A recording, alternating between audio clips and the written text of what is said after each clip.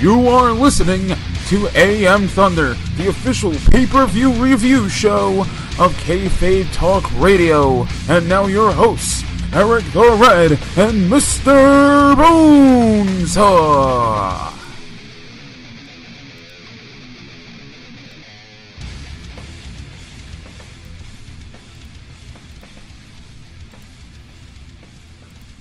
Alright, everyone. Welcome to this edition of AM Thunder, presented by Kayfabe Talk Radio, the official pay-per-view review show. I am Eric the Red Journal, along with, as always, Mr. Bones. So we gotta... This is, obviously, we know what the theme here is going to be. We're gonna obviously discuss more so about New Japan's Dominion from this past weekend, but we would be remiss if we didn't talk about the obvious elephant in the room from UFC, at least when it relates to pro wrestling. And that was the CM Punk, and we could get this out quickly, the CM Punk Mike Jackson fight to start off UFC 225. Did you catch the fight? I didn't catch it while it was happening, but I did go back and watch clips of it. Punk got the shit kicked out of him. Yeah. Obviously, he shouldn't be in there. I'm sorry. He's getting smoked by guys who are not even top tier guys. They're not top tier fighters. But they've been training for years and years, and Punk. Look, I understand this is what he wanted to do, but it's over now. I mean, this was his last shot, and even Dana White after the fight, he pretty much explained that it was over. He said, look, Punk's a nice guy. I really like him, but he's 39. He's not going up the standings. He's not, he's not going anywhere. I don't think he has a future here. I wish him the best. And then he went on a tirade because right after that, because he looked stupid. Dana White looked stupid because he booked this this was a main event, right? He booked it. It was the opening fight. It was the opening fight. The one thing, if people that don't know much about UFC, the fights always start at 10 o'clock. The show starts at 10, usually ends about 1, no later than 1:30. So this started at 10 o'clock. And it was the opening fight. He said maybe I should have put it on the actual prelims. Maybe he was actually regretting putting it on pay-per-view. He's actually really embarrassed, and not to mention how much they're actually paying Punk. They're paying Punk fucking a little over half of a mil. $500,000. Yeah, half a mil.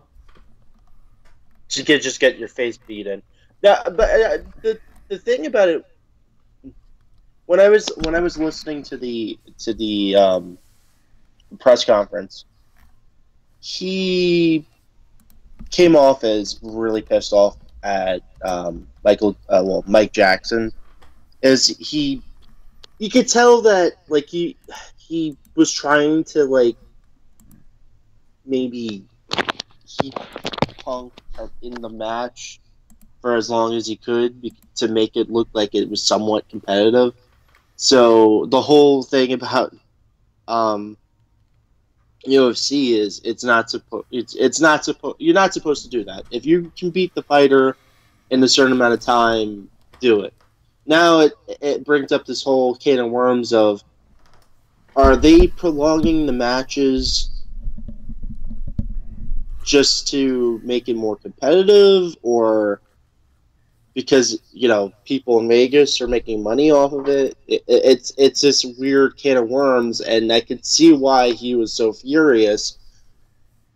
But at the end of the day, he still looks like an idiot because he just put an unproven fighter on one of their main pay-per-views, and uh, if they were going to do that, it should have been the fight card. People would have still said like, oh well, Punk is done, blah blah blah blah blah. But at the end of the day, it would have been less so that the it would have been more so like the wrestling fans would have been the one to watch, like would have went out of their way to like get the app and watch that Oh, rather absolutely, than absolutely. all of UFC going, hey, does this happen with every match and we just don't know? The thing that okay, and I get it, people, and when I started saying this, people immediately looked at me and went, "You're too fucking apologetic for this guy," and hopefully people look beyond what I'm about to say. The first round, there's no question about it. He looked really fucking good right out of the gate. The first 30 seconds in, he looked fucking tremendous. He looked like, okay, maybe we got a shot here. And then it really just turned into what it looked like to be, rope-a-dope. However, you can't say, in my opinion, you can't say that this guy is just fucking a complete he's not, how do I put it? Okay, compared to his first fight, it's not that fucking terrible.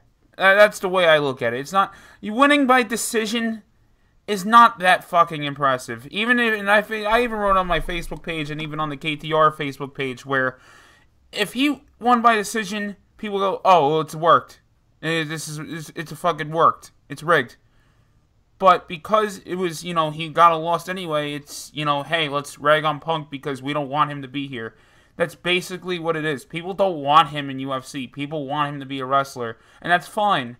But at the end of the day, I agree for both ways. Selfishly, I'd like to see him back in wrestling, but at the same time, because I think he's a cool dude outside of wrestling, and how he's a great, he's a great part of the fucking hardcore music community, and I just think he's relatable.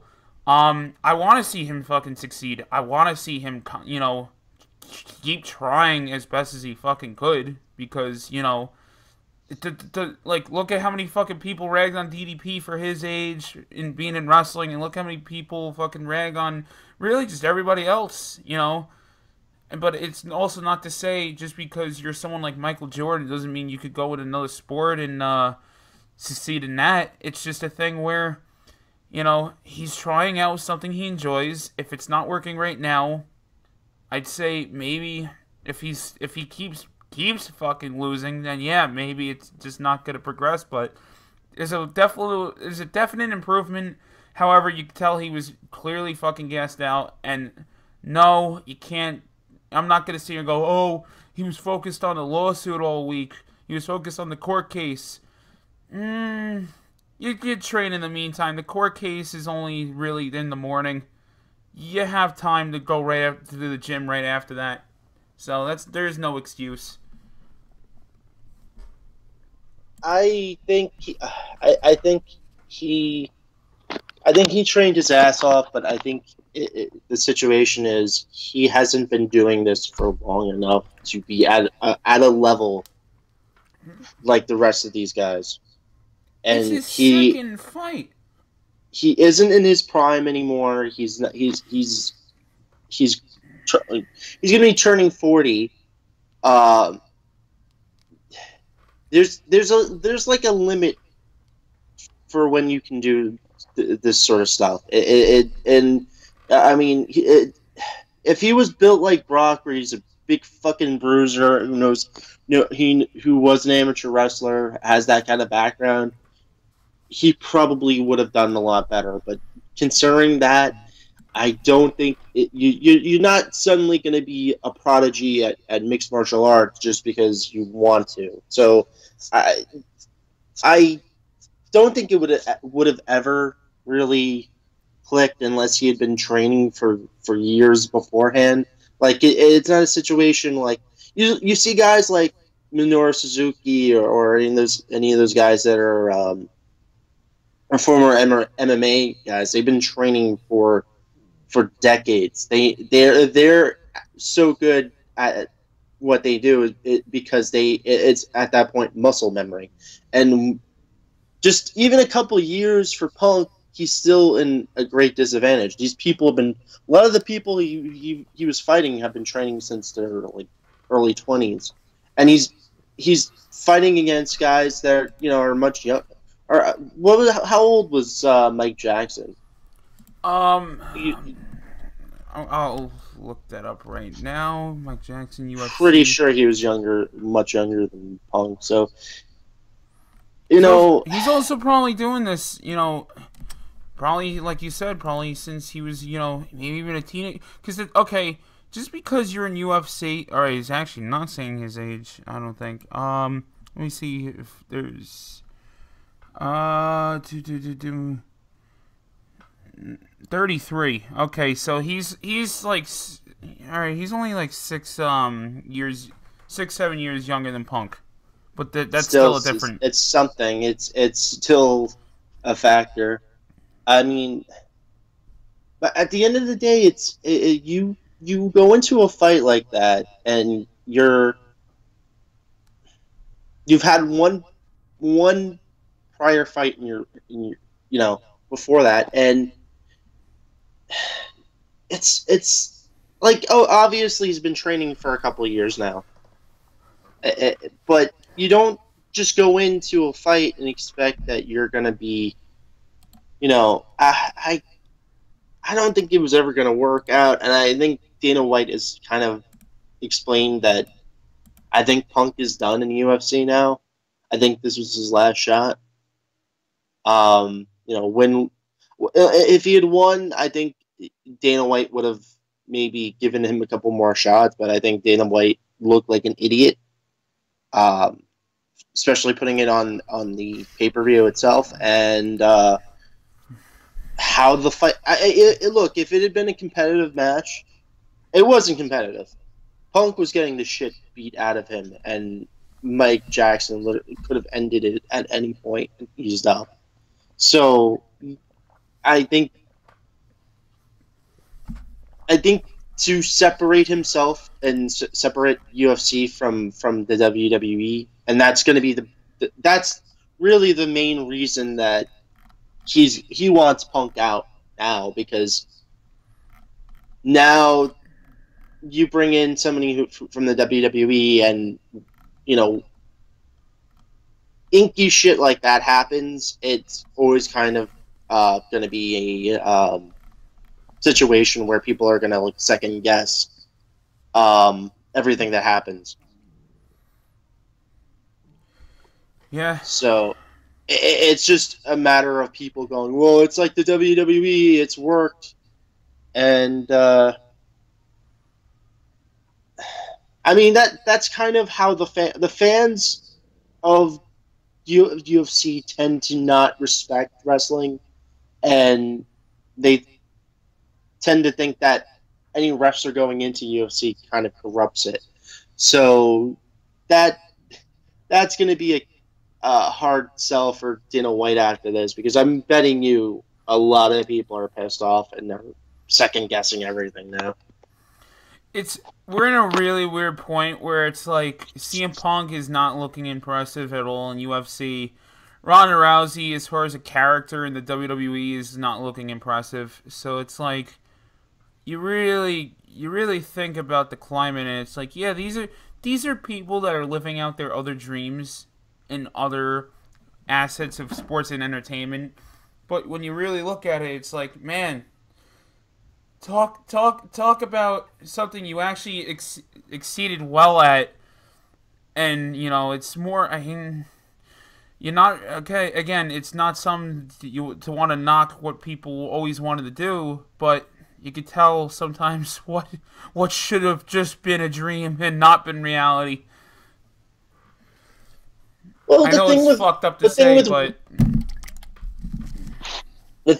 the thing with Ronda is she's not being written well, and it's the same issue company wide. The writing is fucking garbage. the writing and the booking and how they end up trying to tell a story is so hackneyed and just one dimensional. That none of the characters mean a damn thing, and that's the main issue at hand when with everything that they've done. Punk, and I think this is my last point. I think Punk needs to just live his life now. I think he give him credit. He tried out the MMA stuff. Unless he wants to go to Bellator and get his fucking face beaten in there too. I think he should just retire from MMA.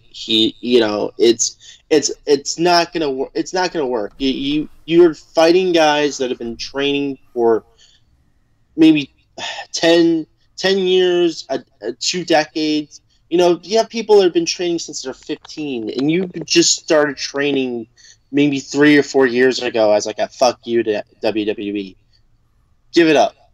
Just retire or do something else. Look, we know that your heart's not in wrestling anymore. You're not going to be coming back because that's the case. But don't kill yourself just to prove some stupid fucking minute point. The amount of brain damage that you're gonna sustain, you're gonna be screwed. Especially if he ever decides he wants to come back at some point. I think the fan base, he's done. The fan base has to realize they need to leave him alone and they gotta stop chanting his name. Maybe someday, and I'm not like as a wrestler himself, but even as like a kind of like a commissioner or or maybe a referee or just at the very least a announcer, he might come back and do that. But I don't think he's ever going to wrestle in the ring ever again. Dude, I think and my thing is when I was telling you oh, maybe he'll be at All In. When I said that, I don't think he's going to be... I think he's retired from the ring. I 100% buy that. But the reason why I said it is, it's the same way as when I get excited when Austin shows up. I know he's not going to wrestle, but I'm okay with him coming out there cutting a promo. CM Punk, he's a really good fucking talker. They announced that they're going to have Don Callis on the mic for All In. I'd like a Don Callis CM Punk duo on commentary. Yeah, I mean, I would dig that too, but But again, it is what it is, and obviously that would be funny because of the whole shit with Corey Graves, where Corey Graves is like, oh yeah, you don't like me anymore because of where I get my paycheck from. Which it would be funny because then you got two fucking tattoo dudes who practically look the same, both on the mic. But real quick, what do you think of that? The whole Corey Graves shit. What was the Corey Graves thing? He put out a tweet. Basically, I don't have the tweet in front of me, but he basically tweeted about how Punk basically wanted nothing to do with talking to Corey Graves around his first fight. And Corey wrote on Twitter, he's like, oh yeah, okay, yeah, this is what he said, and that's fine. It's probably just he's getting in the mode, he's probably getting prepared for his first fight. It's his big debut and all that stuff. But then the blindfold really got revealed, and then Corey, saw that Punk was basically saying, yeah, I want nothing to do with anyone that's receiving a check from WWE. He basically did, and it's the truth, and it's fucked up that he basically did abandon any friends he had there, which is totally fucking bonkers. So all those guys, Joe, Daniel Bryan, Hero, Claudio, Punk definitely doesn't talk to any of them anymore, and that is a fucking shame. Yeah, and I get it. He just abandoned a huge chunk because those are all the guys. like, how many guys outside the company does he really even talk to other than Cabana? Nobody. I don't think any. Maybe Ace Steel, his trainer. But other than that, really, fucking nobody. Who are Uh, basically, very few people that were in that time that he was in Ring of Honor, and that's probably it. But again, let me explain this about Punk, and then we can move on from the whole thing because this is and then we could go basically, the yeah, main this is event. yes. We also got predictions for this weekend too. But anyway, so yeah, so the Punk thing. This is why I 100% don't think he's coming back to WWE. Obviously the big factor is the coincidence of getting the paperwork on his wedding day and the staph infection. Big thing. Big thing, reason why you're not going to want to do anything in that company. Fine. Reason why he probably is pissed off at the company and wants nothing to do. But you shouldn't fucking, just because someone else wants to work there and they're not having the same problems you are, does not mean that they're a fucking problem. But anyway, so the ultimate thing people got to take away from this is why I had to come to terms that he's not going to ever wrestle again. And I came to terms with that a while, honestly. Is that this is a guy that openly he disowned his own birth parents. He disowned them. He has not talked to them since he was probably just about a teenager. So 30-something years went by, or just about, or a little over 20-something years, but a little over 20-something years, about to go on 30-something in a couple of years, went by without him talking to his birth parents, people that gave him birth. So if he has that much of a grudge to people that got him on this planet, yeah, he's going to hold a grudge to a company that fucking fired him on his wedding day and was responsible for him fucking dry heaving in the UK. So yeah, he's definitely not ever going in the Hall of Fame. I'm so fucking convinced he would just say no. Unless he was really hurting for money, which I doubt he would be, because according to Cabana, this guy could live off of $20 a week. I doubt that now that he's married, but it's still the point. He's not coming back to WWE. So any mark that ever says that, and if you're a WWE fan and you're chanting that, stop. Stop. I understand if it's outside of that company, that I totally get. That's totally fucking different. But if you're in WWE, stop.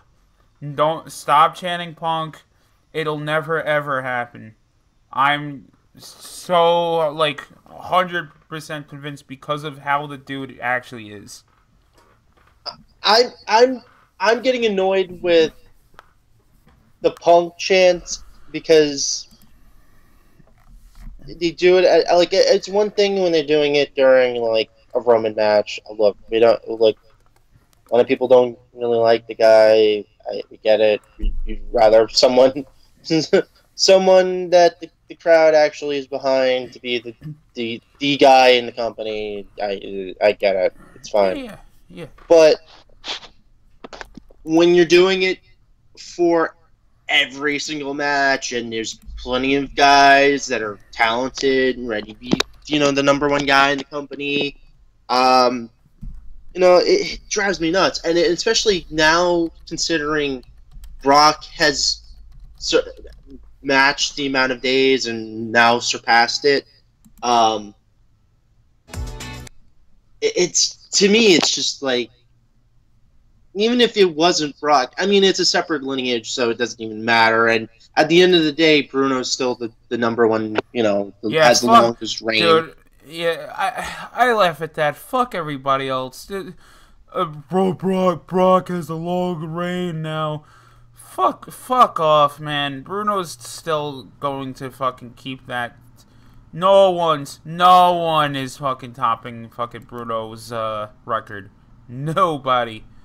Yeah, that shit's 11 years. Good luck. The crowd will hate you by your 3. Okay, the regardless of whoever the hell is champion, look at Okada. You're never gonna be, huh? Yeah, look at Okada. Even his own fans were getting sick of him. and the guy's an incredibly talented wrestler. Um, well, let's actually get into that. But my final point is Punk, regardless of what he's doing or where he is, he's made the final decision. You really can't blame him one way or the other. All I can say is, at the end of the day, guys, stop trying to bring him back, and at least try and go, hey, maybe he's not coming back, but maybe we can get behind this person, that person, rather than oh, everything's shit, Punk's gone, all the other, because it at the end of the day, it just sounds like the same stupid cliche that happens every single time somebody retires, because like the fans go, oh, this guy in the Attitude Era was great, but now he's retired, and I'd rather him just come back because I don't want to get behind any of the new talent. So everybody in this current era is shit, and everybody in the old era is good. I hate that mentality. It's one thing to go, hey, remember when that happened? Yeah, that was great. Hey, remember this person? Yeah, awesome. I hate that shit where it's like, man, is Undertaker still wrestling? Yes. Why is he still wrestling? He's old. I don't know. Hey, where's The Rock? I don't know. Yeah, he should come back. Okay. Hey, where's Diamond Dallas Page? Is he still wrestling? Maybe he should come back. Like, yeah, it's like, sometimes these are the same fucking people where it's like, they'll complain about people that are old, but then they'll go, yeah, how about someone around the same age or older should come back? It's like, no, what? No! You can't bitch about Kane wanting to be gone and Big Show needing to retire and then go, gee, you know who should come back to pro wrestling? Fucking Jake the Snake Roberts. No! Oh, man, that's not how it works. When he comes back, they're like, oh, geez, I didn't know he looked that old. Oh, bring back Magnum TA. Yeah, motorcycle accident and all. Jeez. Ugh. Yeah, you know what, though? I feel like the Goldberg thing was literal, where it's like, I remember, okay, I don't watch ESPN hardly ever, but one time I did, I think like Rollins was like a heel or whatever. Who's on ESPN? If you don't know, if anyone else can answer this, who's the like the light skinned black guy on ESPN that mostly is like obsessed about talking about LeBron James? Stephen A. Smith, I think. Stephen. Okay, here, let me Google just so I know, so I don't look like a fool talking about him, and it's not the right guy. Yes, exactly. There you go. Thank you. All right, so Stephen A. Smith. I remember Stephen A. Smith is talking to Rollins, and Stephen A. Smith has no fucking clue what's going on in wrestling, and he's like, you know who my man was? Who I wanted to make a comeback? I wanted to be Goldberg. I was like, oh, and this is way before the video game thing. This is just like there was no affiliation with Goldberg just yet, and it's just like, I want Goldberg to come back. I'm like, the sad thing is about about 50 million other people wanted that too, and that's when WWE was like, oh, I have chocolate and you have peanut butter. If we put our chocolate with the peanut butter, we make Reese's. That's basically that's the mentality of WWE. It's just like, it's like dealing with somebody who's completely mentally mentally.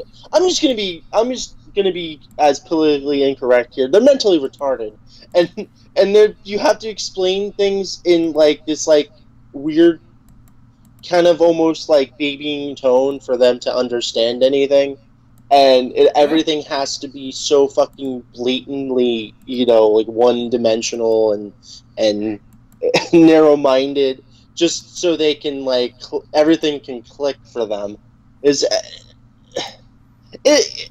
I actually did like the Goldberg run. I thought he redeemed himself for the Oh, yeah, shit absolutely. show in the early 2000s. So at the end Absolutely. of the day, that's the situation where sometimes it works out, but right now the whole Brock situation, just look, he proved his whole point here. I just don't care anymore, and it's a kind of a moot point considering, like we just said, Bruno is still longest reigning champion. I don't understand where they got the whole. What did they say? The longest reigning modern champion, is that the whole thing? Uh, yeah, yeah, some bullshit like that. Some bullshit. What I don't. At this I don't point, I know, don't really care. But you know but what? At the same time, it's a different. I've said this. You've said this. It's a different lineage. It's not the same yeah, fucking belt. but dude, at this point, I really don't fucking care. Whenever he loses, he loses. I'm not gonna see her go, please, someone take the belt off of Brock, please. Look, and this is the perfect segue. We'll segue into Japan. The perfect segue, right? One of our good friends off the show. I was hanging out with him yesterday, Jason, and where like he understood like there was a Japan show over the weekend, and like he was seeing like glimpses and pieces off of like Instagram and shit, and he's seen like Jericho flipping the bird and busting fucking Naito open, and he's seen like Kenny Omega and Okada going out there busting their ass, and then we're at fucking this pizza place downtown Jersey City, and then there's fucking Kurt Hawkins back there with Noe Jose, and he's just like, what the fuck is this shit? He's like, what the fuck did they turn into?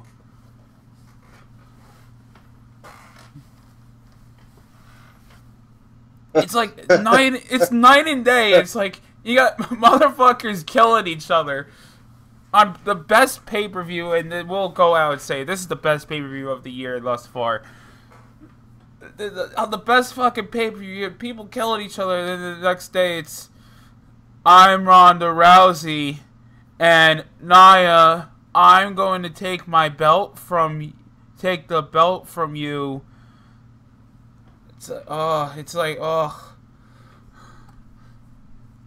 I wanted. WWE has no problems. They have no problems whatsoever. Oh yeah, they're making money. They make a ton of money. Yeah, they're making a lot of money. That's their whole gimmick. At this point, it's like even when like I really didn't caught the whole gist of the Ronda Rousey Jax promo, but like I'm fucking watching that. And I hear it very faintly. I hear what's going on, and then like Ronda's talking about all her accolades in UFC. I'm like Nia, please. And I love Ronda Rousey, but I was still like, just for the sake of the story, it's like Nia, please get the green light to fucking call her a two-time UFC loser. Please make that reference. But no, they had to protect Ronda at all costs. You know what I mean? I don't fucking get it. You're in a wrestling ring. You have to fucking like. Naito is going out there saying he never even heard of Chris Jericho until now, completely shitting on his legacy. There's nothing fucking wrong with it. It's the sake of a story. You're telling a story. It's not your feelings. You know what? I'm gonna say this is my last point about WWE. Remember when they were saying that Ronda Rousey had fucking mental problems because of the shit that she lost when she lost? Yeah. So she had like depression. So of all this, and I hate to say it, but with all the rash of fucking suicides, I don't think they're gonna bring it up because at the end of the day, they'd rather not hear about how fucking Ronda Rousey put a noose around her neck. You're right. You're right. Especially with, unfortunately, I know, just, and I don't want to rant. I don't want to segue too much or all this shit, but especially with the thing with Anthony Bourdain over the weekend, you know, it's you got a point there. I didn't even think about when it came to Ronda. She has, I mean, like, she had like poor self-esteem and then depression after she lost, and then just like Sure. she was talking about how she for a while there she was thinking of committing suicide. Mm-hmm. So I Yeah. do not think and that's the good kind of the good part of them kind of being somewhat like baby down a little bit, because you really do not want to hear a fucking story about how she like committed suicide because she like she was brought into a bad place because but at the same time it's like, should you be a wrestler then? Like, if you can't take like if you can't take a barbed promo, which is part of the business, like, should you really be in the business then? Not at all. Not at all. At the same, it's no different. I'm sorry, everyone, but wrestling is on at least in the WWE aspect. They treat it like it's an acting gig. What is it? What, like, Ronda's not gonna go out there, have an acting role, and then fucking immediately start crying at a part. So why the fuck would she? Why the fuck would there be an emotional attachment if they brought up her loss, which even we're in this day and age where it's women empowerment. Women have to be strong, and Ronda Rousey was one of the vocal points of that, along with the women's soccer team and everything else. So you'd think that she would buck up, go, yeah, okay, that happened, but guess what? This is a new chapter for me. There's so many fucking variables to that promo they could have had, but ultimately, when it comes to the pay-per-view, who knows what the fuck's even gonna happen with that? But I digress. And when you're ready, I'm ready to just jump into Japan. Oh yeah, I'm ready now. So, without any further ado, New Japan Dominion out of Osaka-jo Hall. And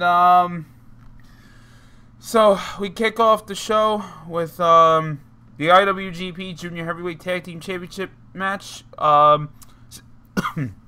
Suzuki Guns, El Desperado, and Yonoshibu Kanemaru defended successfully the Tag Team Championships against Roppongi 3K of Sho and Yo. This is one of the only matches that I think we didn't call right. I think this and the match with Taichi, Michael Elgin, and Goto are the only two matches I think we didn't call.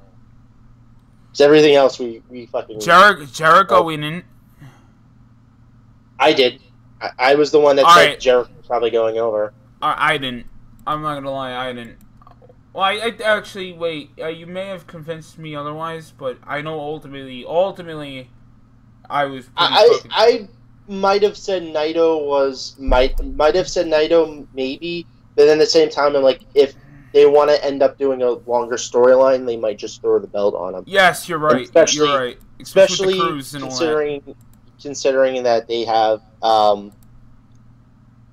especially considering they throw the belt on him, especially after him losing to Kenny Omega. If they're going to use him for any period of time, they have to have him win at least once. You're right. So, and now he officially holds. We'll talk about that. But let's get into this opening match. Overall, what's your thoughts on it? I did not originally. I did not catch this in my initial viewing because I stayed up for. I got up. I remember seeing a message on Facebook. I think it was from you. It was a post, I mean, and I saw and I remembered it. Dominion was that night, so I ended up going on my phone and watching Dominion from the Juice Robinson match all the way up to halfway between halfway towards the end of the um, Okada Kenny Omega match, and originally I didn't see this match. I had to go back and watch it. I thought it was really good. Uh, Yo and Show have looked really good. They I'm a lot try more like impressed they were with them. trying to power through in this match, and I you can get like the kind of the idea that like they're um as baby faces they're really over in the crowd, but it was mostly Desperado. He was doing fantastic heel work. I thought he looked he looked fantastic out there. Um, When he's not yeah. walking around like Kane. uh, yeah, no, I I think I think the match was probably not as good as the rest of the card. I thought it was good, but I think It was a good opening. It was like it a was a good good hype opener. match. Yeah. Yeah. Yeah. Yeah, I mean, it wasn't something that, I hate to say it was really must see, but it's one of those things where you're watching the show top to bottom. It's like, okay, I'm ready to watch some wrestling. Let's go. And again, Show and Yo to me were the highlights of this. I'm still not really too sold that much, honestly, on like other than what the heel work that Desperado does. I'm not sold at him in his actual like in-ring movements. Kind of Moro stepping it up a little bit. I think it's just he's wants to he has something to prove despite him being there and being around for so long. Not to mention that they even mentioned through this event that there's a new president in this company called Harold Mage. So I think that they were just trying to like everyone on the card was just trying to fucking impress this guy, especially their next show going into the fucking Cow Palace. And they gotta try this, at least get close to 10,000 people. So that's why I think everyone on this card was trying to bust their ass. And in the opening match, again, it's not something where it was a clinic, but you could tell effort was there. Yeah, no, I don't think there was a bad matches in this entire pay-per-view at all. I think this is as close as you're going to get to, hey, every single match is either solid, good, great, or a fucking classic. And I think this is probably as solid a pay-per-view as you're going to get. And I thought that, as far as the masterpieces this year, I would have said either Philly or New Orleans were the best pay-per-view in terms of just overall quality, and Dominion kind of blew them out of the water. Well, you definitely would have to say New Orleans and Philly, they're up there. They're definitely up. They're definitely on the list of like some of the top 5 so far, or whatever the fuck however you want to rank it. They're definitely I top would have list. said either Philly or New Orleans would have been at least my number 1 for this year. But like Dominion is really good. And that's no hyperbole. It's fact. It's you see everything on this card. I mean, this is a kind of like a stock standard kind of opener, but at the very least, it does its job, and then it allows like a progression, and you don't feel bored because it's a different match. You get the same feeling here. Every single match. Every match has its own story. Every match. Yeah. That's what makes Japan so great. Every match has its own story. And the next match we had, which was it was Juice Robinson, David Finlay going against the United States champion Jay White and his partner Yoshi Mahal. But the story here outside of Yoshihashi, Um, outside him, the story here is that Finley, Jay White, and Juice Robinson, all three of them came up in that same group from being young lions to now they're working their way. They're trying to work their way down to the lower or mid card to lower mid card section. They're still kind of up there, but they're working their way down. And I'm really, we've all been really impressed with Juice Robinson, but man, he has something to fucking prove. I loved his hot tag at the end. I thought he came out like a fucking like ball of fire. The crowd was behind him. The one thing I will say is, what was up with the? I know Jay White's supposed to be a heel. He's definitely a heel, but what was up with the stepping over him? Like, isn't that kind of like a heel move there? Like, especially after the match, it's like he's just stepping over. Like, he steps on Jay White and over, which is like usually like, like that's usually a heel move for like a big guy, like kind of like if you're gonna be like like a giant. So I didn't get that. Like, I thought that was kind of like weird. Where it was like, are they teasing a heel turn for Juice or no? The story there, it's okay. Here's how it works. When you're, no matter if you're a babyface or what, when you're going against a heel in Japan and you get a tag in a tag team match, you get a victory over the champ. You're doing things like that as like a blatant call out of, I got you, motherfucker. okay. That's how, like, it's the same way as okay, for instance, whenever Suzuki was never openweight champion last year, any feud he immediately had for that belt always resulted into a brawl.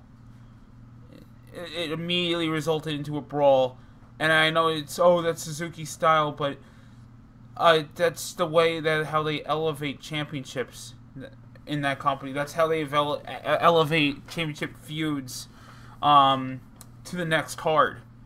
I just thought it was weird stuff. Because I guess it might just be a Japan thing, but I thought it was weird because usually like the face, I don't know. I usually if the face does win, the heel, it's usually the heel that's the antagonist. Like usually the heel is the one that gets up and like smacks the baby face, and then it turns into a brawl from there. That's usually how that's done, but I don't know. Again, it's a different culture, a different way of doing things. I'm watching it as an American viewer, so I was actually confused, like whether or not they were going to they're turning him heel or something. As he was just stepping on Jay White and then going around with the belt, like posing with the belt, and then he took the belt and like dumped it on Jay White, like right on his crotch. Well, the story is basically, I get what you're saying, but the story is that here's Juice Robinson, fucking got fired from the other company. Here he comes into a new company. He's earning his stripes, being young lion. Now he's starting to get a lot over, and he's fucking he has something to prove. He has something to prove to himself, something to prove to everybody else. People thought this guy was nothing but a jobber for so many years, and now he's finally trying to step over, no pun intended, and he's looking even, and it's even going back to these guys were fucking in the same camp together in the dojo. They were both fucking neck and neck, as young lions helping out the fucking main event at the time. So that's why right now it's more than just Juice Robinson wants the belt. There's a feud between both of them that's been stemming for a couple years. Jay White basically, dismantled the friendship, and that's another thing too, is they were all supposed to be friends. They were all doing 6-man tags together, and Jay White broke from that pack. So that's why I'm personally looking forward to the match between those two, because I think they're gonna fucking shock everybody. there's definitely a story there, and I'm honestly really like, I think it'll elevate both of them, and even elevate that title as it is a new belt. Yes, Kenny Omega has held it, you know, and this Jay's the only second champion, but at the end of the day, you need that belt to elevate the young guys, and the young guys have to elevate the belt, and, you know, it can go hand in hand, especially with how people are really taking the juice. Oh yeah, the Japanese crowd is completely hot for the guy. He's whatever he's doing it well. And you know what? He's the arc. The weird thing is, I don't understand how WWE kind of like dropped the ball with this guy, because he's the archetype of the smiley, happy baby face that they love to fucking shove down everybody's throat, but he's actually getting over. Well, he has a little bit of an edge to him. Like he,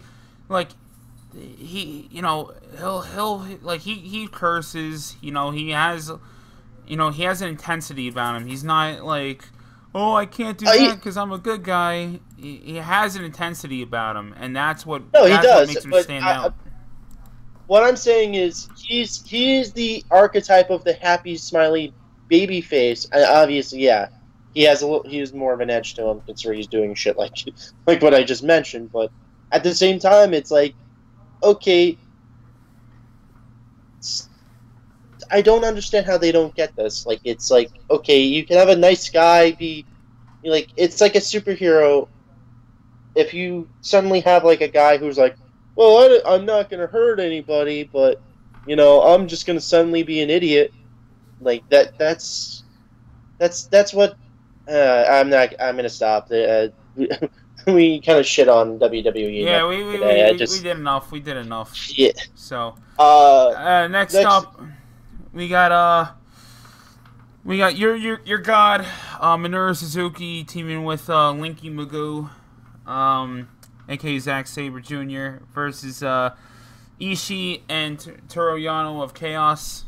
I want to mention this was my favorite line in the entire show, and it was from Kevin Kelly and Don Callis, and I fucking laughed my ass off when they said this.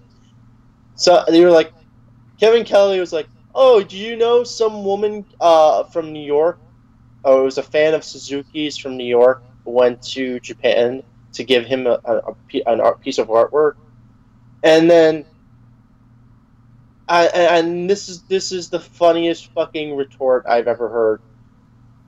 Did he choke her out?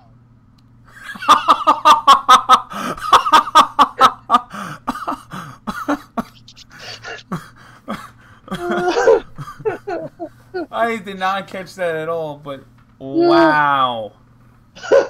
Wow. Okay. No. The actual quote was, did he choke her into unconsciousness? Listen, I don't give a fuck, man. I love the duo of Kevin Kelly and Don Callis. It's so brings me back to Heenan and the Gorilla. It's not obviously on that level, but Callis is on the money with jokes like that.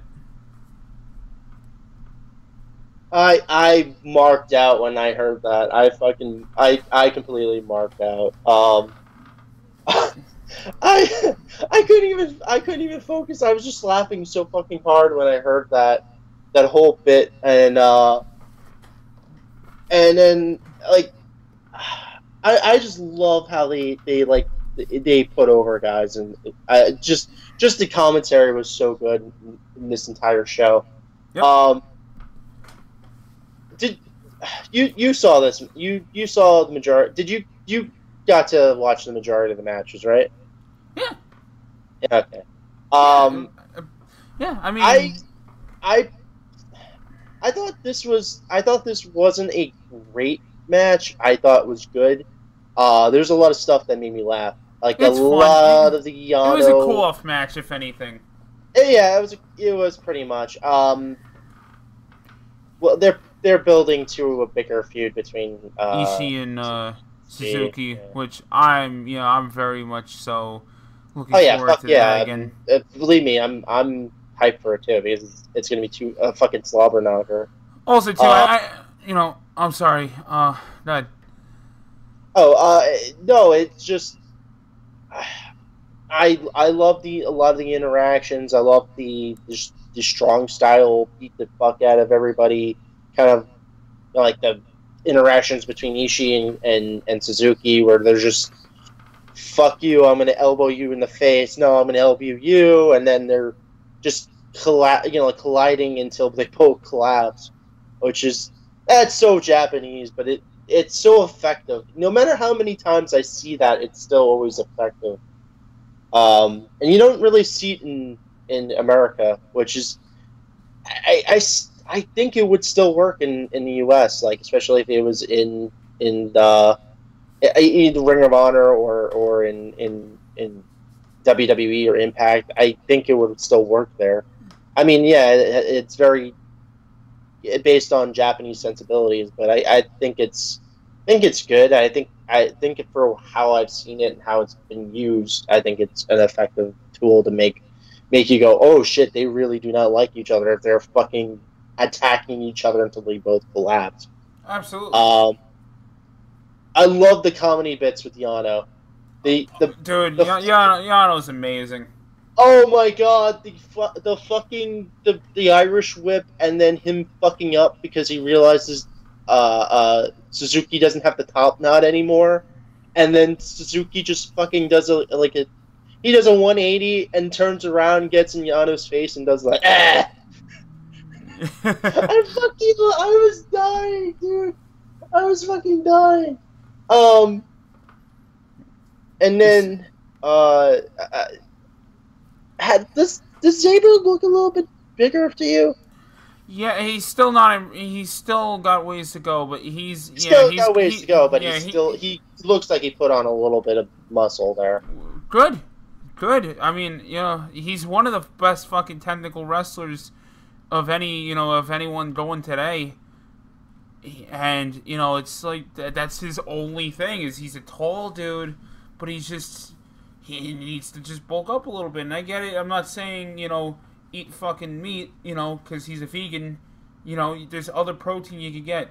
So I love the sequence with him and Yano, where like Yano removes the turnbuckle. They go into different pin combinations, and then Yano pushes him into Tiger Hattori. Fucking, he goes to low blow him. Zack catches his arm midway, and then just fucking contorts his arm. Oh yeah, that was. And then they go right into the finish. Which I love the finish where Ishii's trying to get in, and then Suzuki's right there and puts him into the octopus hold.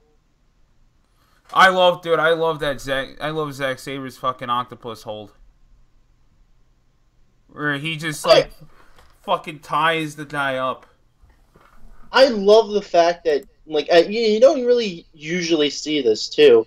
It's like you have in this tag team you have two of the best submission artists in the world, and you don't usually see that. It's usually like one guy's a high flyer and the other one is the submission guy, and they usually work. Usually it's worked off that dynamic, but it's like here it's like, yeah, that works. It's like that you don't see it too often, and especially in anywhere in wrestling.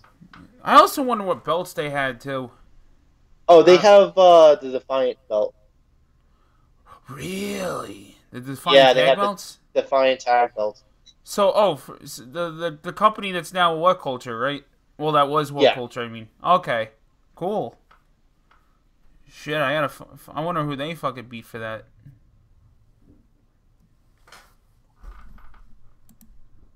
But I don't know. I don't.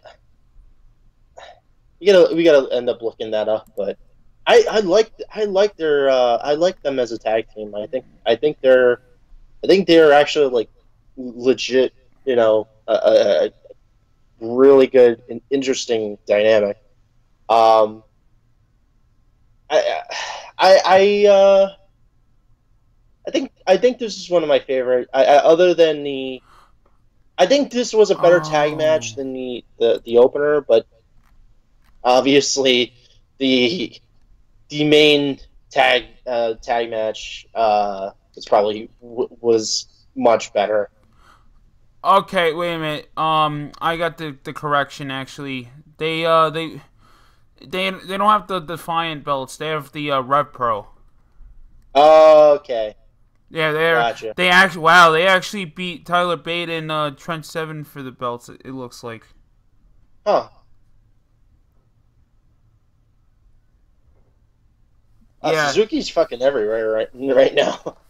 Oh, again, he's one of the rare examples where the dude's 50 years old and he's going out there hanging with all the young guys. He's the fucking exception to the rule. See, Yeah, I mean, but he's you a could say fucking Jericho monster. too, but So yeah, you could say Jericho too, but Suzuki's in another fucking playing field in terms of even just his actual build. Like the guy keeps himself in tremendous conditioning. that's why he's my god. Yeah. Anyway, next match we got Michael Elgin, who's probably in the fucking best shape of his life, defeating the champion of the number one openweight title, Hiroki Goto, and Tai Chi. This was the only other match that I think we got Raw. Yeah, it was. Yeah, I think one of us called Tai Chi. I think I called Taiji. Well, I mean the way they were booking him. No. Actually, no. I'm sorry. You called Goto to retain. I said no. They're pushing. Right. I said no. I think you changed my opinion though. Yeah, I changed. Yeah, I changed your opinion. Yeah. Yeah. So either way, we did not call Michael Elgin winning at all. Yeah. But I had no idea that this dude's coming out now, because he always was built kind of like Dr. Death. Now he's coming out there looking like fucking, he's like a couple. I'm sorry for this joke, but he's like a couple steroids away from like looking like fucking Brian Cage. He's in actual like Davey Boy Smith Senior fucking shape. Like I was like, yeah, no, I mean like I know, I've always seen the guy, and he's usually just like this massive dude, like but now he's slimmed down. You can visibly see that his like he's moving around better. He's moving around a lot quicker. No, I lost my shit when he did the fucking sunset flip. When he did the sunset flip over the fucking ropes, and dude, the whole fucking crowd was like, "What the fuck did you just see?" This guy's not a high flyer. He's never been a high flyer. He's the big fucking muscle dude, and he was like moving around like a fucking cruiserweight. Yeah, he's. No, it's super fucking impressive the way that he's done himself, and for me being kind of like a really big like nerd when it comes to in like ECW and all wrestling from like the 80s and 90s and shit. I'm not sure you know who these guys are, but I popped a little bit when Don Callis was saying that Michael Elgin's boots was almost like an homage to the tag team duo of Doug Furness and Phil LaFon. Those were two guys. I remember that. Huh? Oh, I remember you mentioning that during the match. Yeah, I never got to see them. Great fucking team. One of the matches I'd recommend any wrestling fan is from ECW. I remember it was Doug Furness and Phil LaFon versus Dr. Death and Terry Gordy. Right. But yeah. I guess I gotta do some homework. Yeah. Oh, yeah, man. But but yeah, back to this. I actually did think though, even seeing how impressive Elgin was, I still thought Taichi was gonna pull something out. But me and my dad are sitting there, and we're just like, why the fuck is this guy not a babyface? I think they haven't done that. Well, I think they're not doing that because at this point, you had a huge amount of heel in the company, and now everyone's turning. Yeah, that's true. Everyone's turning babyface at the same time. Like who in Lij is a baby? Who is a heel in Lij anymore? Bushi. I mean, So he the shitty people that no one likes. I mean, he chokes people with his shirt. That's a heel tactic. So the one that no one likes and everybody else is. Everyone else is super hyped. Dude, I think people like Bushi. Obviously, he's the weak link of the five, but he's still fucking a lot better than some of the other people in groups. Yoshihashi. And even in Suzuki-gun, I hate to say this, even though I liked him in his prime, Taka is a fucking weak link as well. Yeah. But your boy wasn't around. Yeah, so it was a weird card because there was like a lot of people that were off of it. Like generally, all the cruiserweight, all the junior heavyweights. Wait, who's my boy? I should say, huh? Wait, who's my boy? Taka? No. You know who your boy is? From Japan? Yeah. I fight everything. Oh man, Mr. fucking let me just wreck the barricades just for the hell of it. No, Mr. Shish Kebab skewers.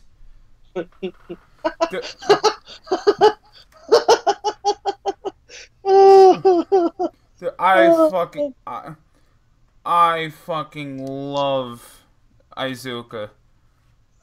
I fucking love. Guys, do yourself if you're not squeamish, go watch some of his death matches. Do yourself a favor.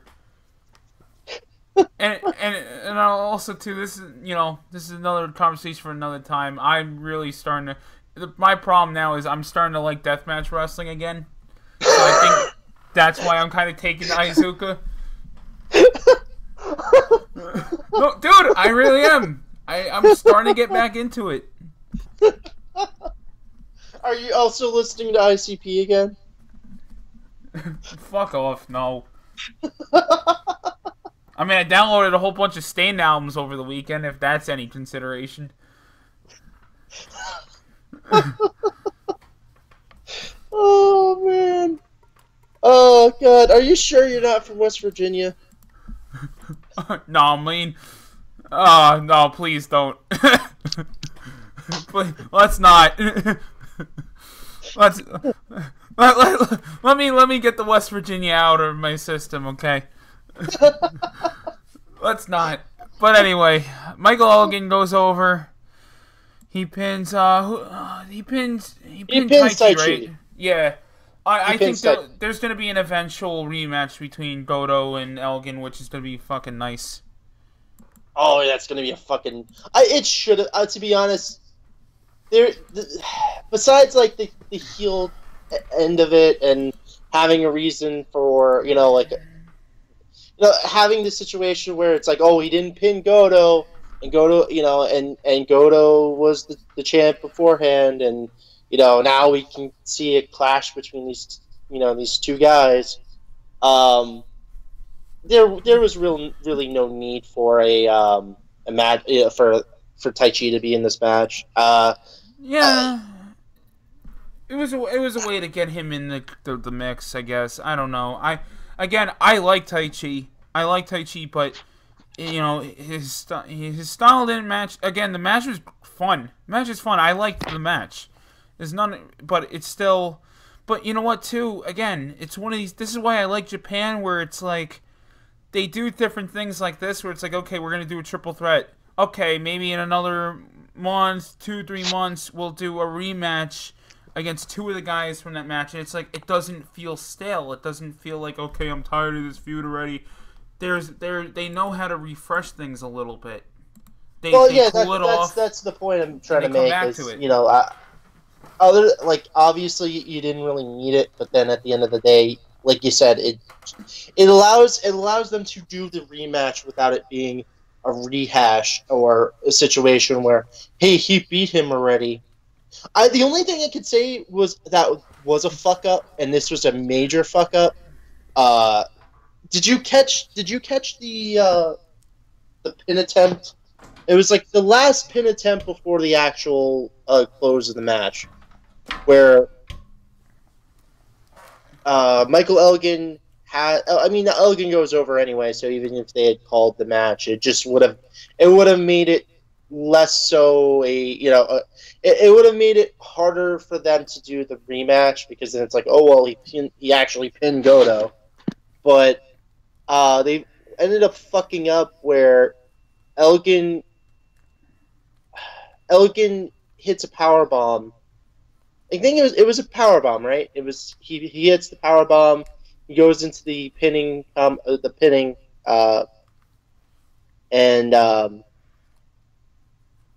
what ends up happening is it looks like the referee counted too quickly for the 3 count, and his hand actually hits the mat before Goto has the chance to pop that back up.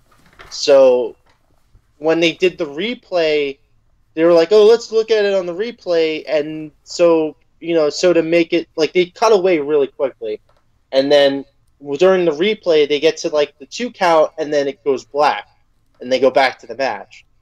So I think they fucked up on that. I got to go back and rewatch it, but yeah, no, you're right. It was. I mean, again, it's not as noticeable as when WWE does some fuck ups or TNA does some visual fuck ups like that. But I don't know. It's live TV at the same time. It's live TV, but you know what? I'll give them credit, because they were somewhat subtle with it. Like if you weren't paying attention and you kind of like you looked away or because they try to do like kind of some kind of a little bit of trickery there to have it where, oh, we went to the replays. Obviously, it wasn't a fuck up. Like it was like right after. It was like, let's go to the replay, and then the replay went, and then they cut it off before the actual 3 count. So if you're not let's say you're not being eagle-eyed about it, then you're just gonna go, oh, they went to the replay anyway, so I guess it wasn't a 3 count. Right.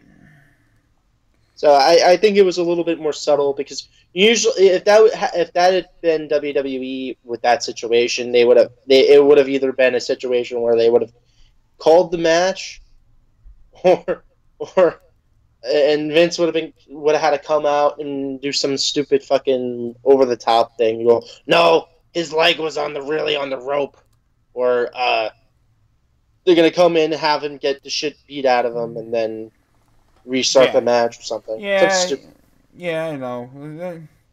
Again, a different company, different structure, and sometimes for the better, Yeah. But anyway, I mean this with all the puns in the world. I mean this more ways than one. The next half of this card, this is when the stars came out.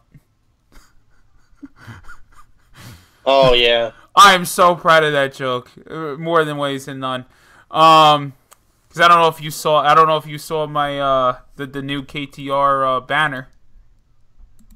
Oh, I haven't.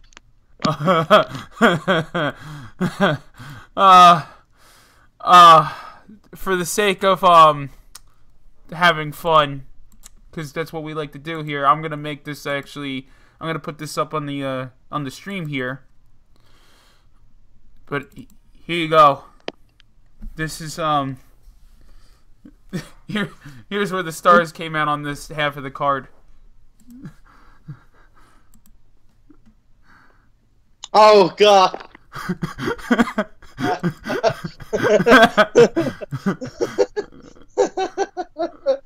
Oh God.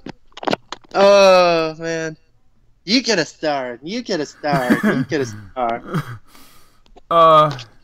I like the one. I like one of the SpongeBob portrays pro wrestling memes where it's like Patrick is supposed to be Roman Reigns, and then SpongeBob is supposed to be Kenny Omega, and they're in the boating school. It's like, look at all the stars you have. I'll never be that good.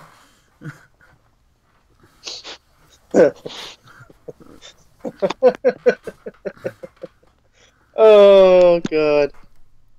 That's too good.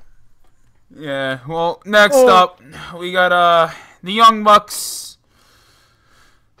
in their first heavyweight tag team title match against Los Ingobernables de Japon's Sonata and Evil for the tag titles. All I'm gonna say is I called it. I think we both did. Oh, you said Evil and Sonata were going over. Oh fuck yeah, you're right. Yeah, okay, yeah, that's right. I was pretty fucking shocked. Well, because no, I mean I saw it. I saw the writing on the wall because this Dominion News Gaijin go over. You know, it's the Gaijins go over, heels go over pay-per-view.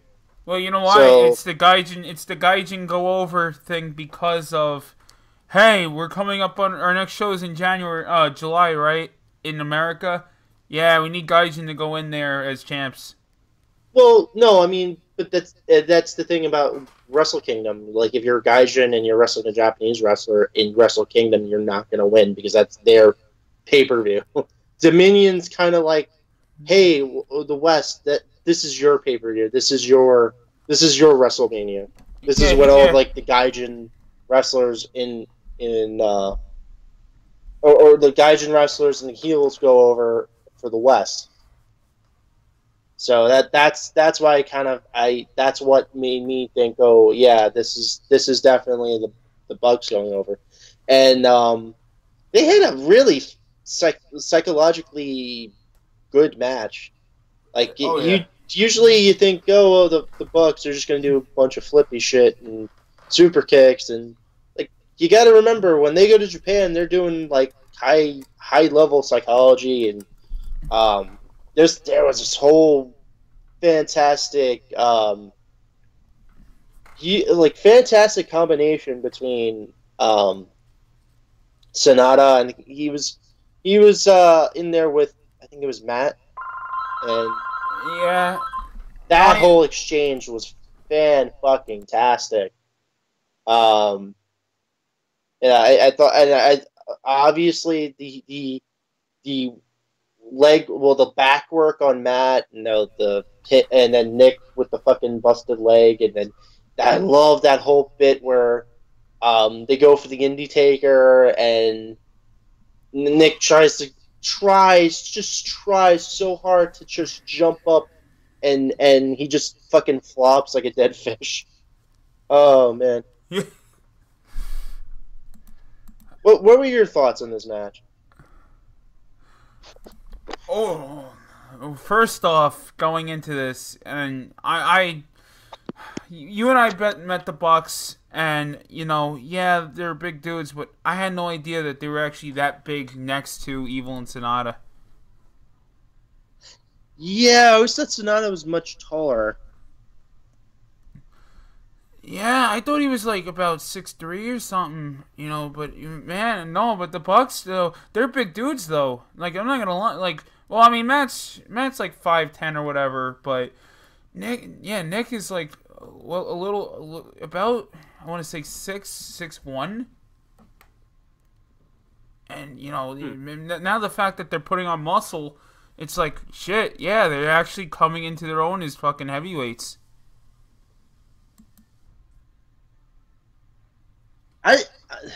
There's one small thing I kind of want to also say is I love the fucking the costumes for Evil and Sonata. Oh, But yeah. I thought their costumes were fucking amazing. Like the costume work in New Japan looks phenomenal when they're allowed to have full range. Is just there was uh, lot of detail in their costumes.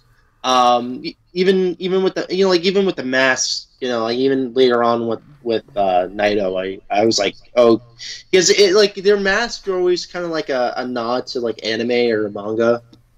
Usually for Naito, it's usually a nod to that. So when I was like looking at Evil's like his mask, I was like, okay, is that like that's got to be something that's got to be like some kind of like anime or manga like kind of reference. And Sonata's looked awesome. The freaking like kind of looked like a wolf mask or like a wolf and like a skeleton like put together, and he had like the horn. Well, yeah.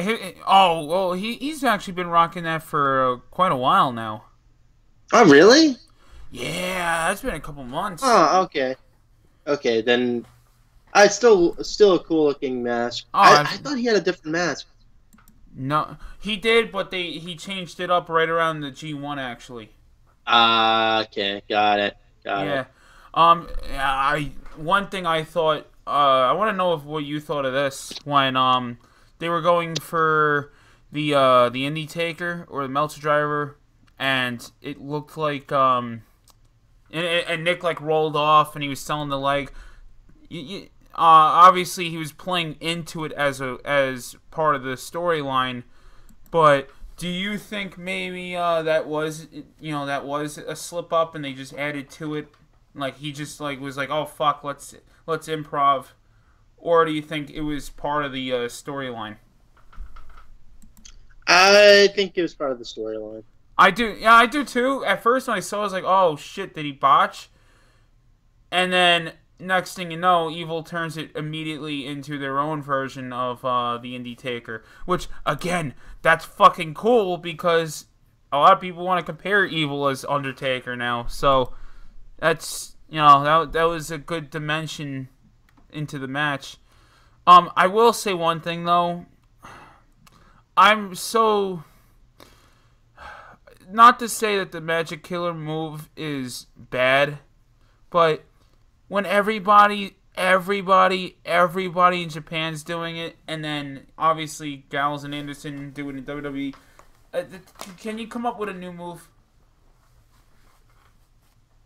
Like it's yeah, like I don't know. It's just everybody. I can name so many teams in Japan that have done that in the past as well as now, and it's just really fucking just mind-boggling why so many people got to use that move. yeah, like I could see them doing they could do their own move. They're talented enough guys. They like you can give them something else. It's like, Sure. can't they just do like, hey, I don't know, not too many people do it anymore. Give them the fucking Doomsday device. Oh, yeah, I mean the only team I think of that does it is the Briscoes, but even then,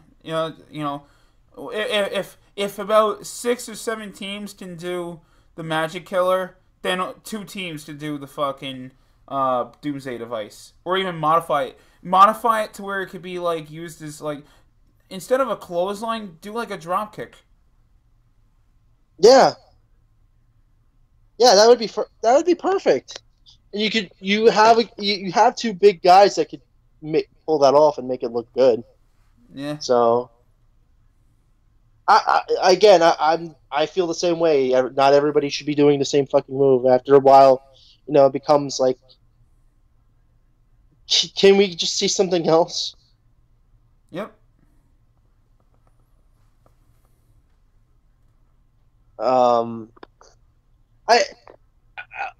I'll give him this. I thought the selling was really good. I think it elevated the match. There was a plenty of times that one when they hit the magic killer, I thought the match was over. I literally like that got me. That got me. I thought Matt was outside the ring. Um, Oh he was yeah, yeah. It didn't look like a transitional move by any means. yeah. So when he came out and he broke up the pin, that got me. I'm surprised they actually did win though by Matt and Nick. Obviously, I was pretty surprised that they did win, but I was surprised that they won by fucking they won by More the bang fucking for your buck. yeah, more bang for your buck. I haven't that Yeah, we was haven't their seen that old move in a finish. while. Yeah, yeah, that was their old finish from like back when they were right before they went to TNA. They that was the original. Then obviously it turned into the Melter Driver, Indie Taker, whatever you want to call it, became the finish. But you know what? That's fine because again, it's something they haven't done in a while. It was kind of more of a shock. So See, but that's why it's always good to have multiple finishers. absolutely, Because then you're not going, well, I'm just gonna do my finisher off the top rope, duh, duh, duh, yeah. I and then mean, that'll be the thing that pins him. Oh wait, he kicked out. No, what do I do? I always think it looks stupid when you have one finisher and then you do it like 5 or 6 times, and then the entire point of the match now is, oh, will this be the time I pin him? It's like, no, have one finisher that you is no, seriously, have the finish make sense. If you are hitting the guy 5 or 6 times with the same fucking finish and he's still kicking out, obviously maybe you should have another finish that'll put the guy away this time. Like that was the whole that was the whole fucking match with and with that Naito Okada match back in Wrestle Wrestle Kingdom, Kingdom, yeah. where Naito was like, I hit him with the Cena once. Maybe if I go for Stardust, then I'll win the match. Right. That makes sense. So that's a personal gripe of mine. It's like I hate when you see the same finisher fucking 10 times in a row and it still hasn't put the guy away. The guy and they keep going for it. Oh yeah, yeah. I don't know. We always have our gripes when it comes to that. But again, this is another thing where Japan has a better psychology as it comes to finishers. The next up though, which was a pretty fun match. We had Cody, Hangman, Adam Page, and Marty. I'm afraid of Rey Mysterio. Skrull versus Rey Mysterio, Jushin Liger, and Hiroshi Tanahashi. Okay, beginning of the match, this was the only thing going through my head. I need Rey Mysterio's mask. I need it. I want it on my wall. I don't care how I get it. I want that mask. That would I you? felt like remember Rocket Raccoon in Infinity War, and he's like, "How much for the arm?" Yeah. That was me. That's me. And I'm like, I'm gonna get that arm. I want a custom Mattel of that thing. Dude, I want the mask. Yeah, you want the mask itself.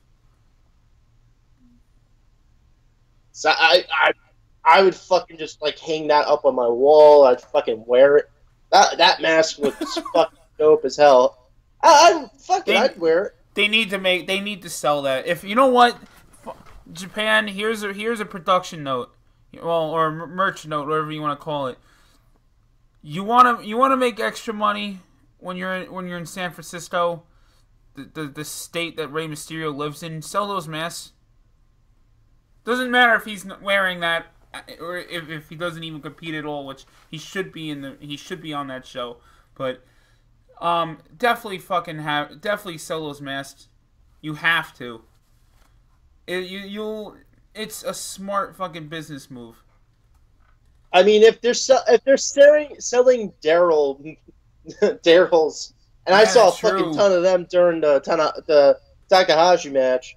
Yeah, If they're selling those fucking things, there's no reason not to sell that mask. I'm actually surprised, like they were like people weren't just making customs of that like in gangbusters after that match happened. Um, yeah. going into the actual match, holy shit, this was actually pretty good. I thought this was gonna just be like, oh well, they're old guys, you know, like obviously Tanahashi and Ray can go. Um, Liger's a Even though little. Tanahashi cannot do a push up.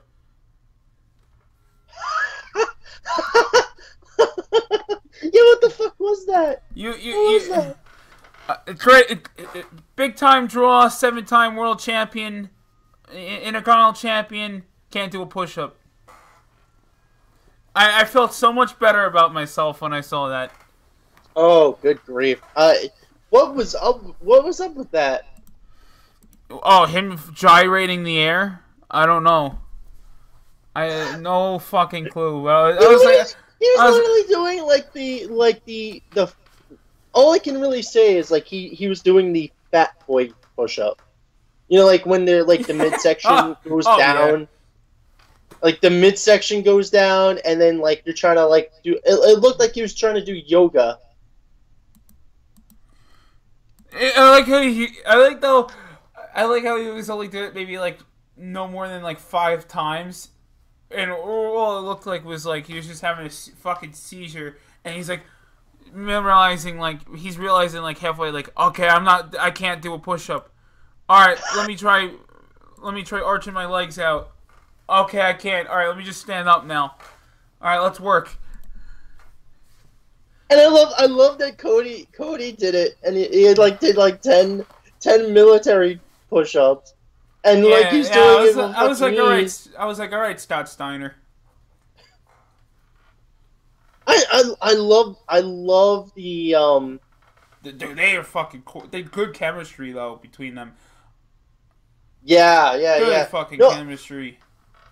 I I kind of weirdly enough, I know it was like it's a joke shirt for his wife, but like with the bleached blonde hair and like the chaps, I was like, is he going for like a Freddie Mercury thing?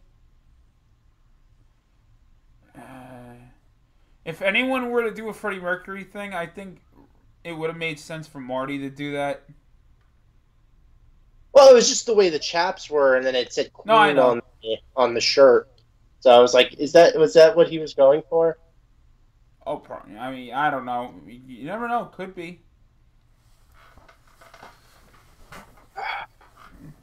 Could be. I thought the match was fantastic. I thought the psychology between I love the whole little interplay thing that they were doing early on. Where it was like, no, I want this guy. Send this guy out.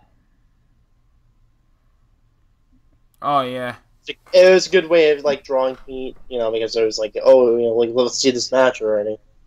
And For Ray's first match, I'm sorry. Sorry, you go. For Ray's first match in Japan ever, by all means, it's not what we would have all wanted. It's not what we all imagined, but it definitely it's definitely a lot better than what they could have done. You know, well, in terms of like, you know, right away going, oh, okay, let's give him a title match, because they're already doing that with Jericho. So it's like, bring him in an attraction match is fine, especially with he's rumored to have a lot of injuries, and he's working with, you know, Tanahashi, who has a torn bicep, which is probably the reason why he can't do a push-up, which is, you know, again, that's fine. I was only joking around with that. But, you know, Liger, who clearly, as you said as well, where Liger's starting to show his age a little bit.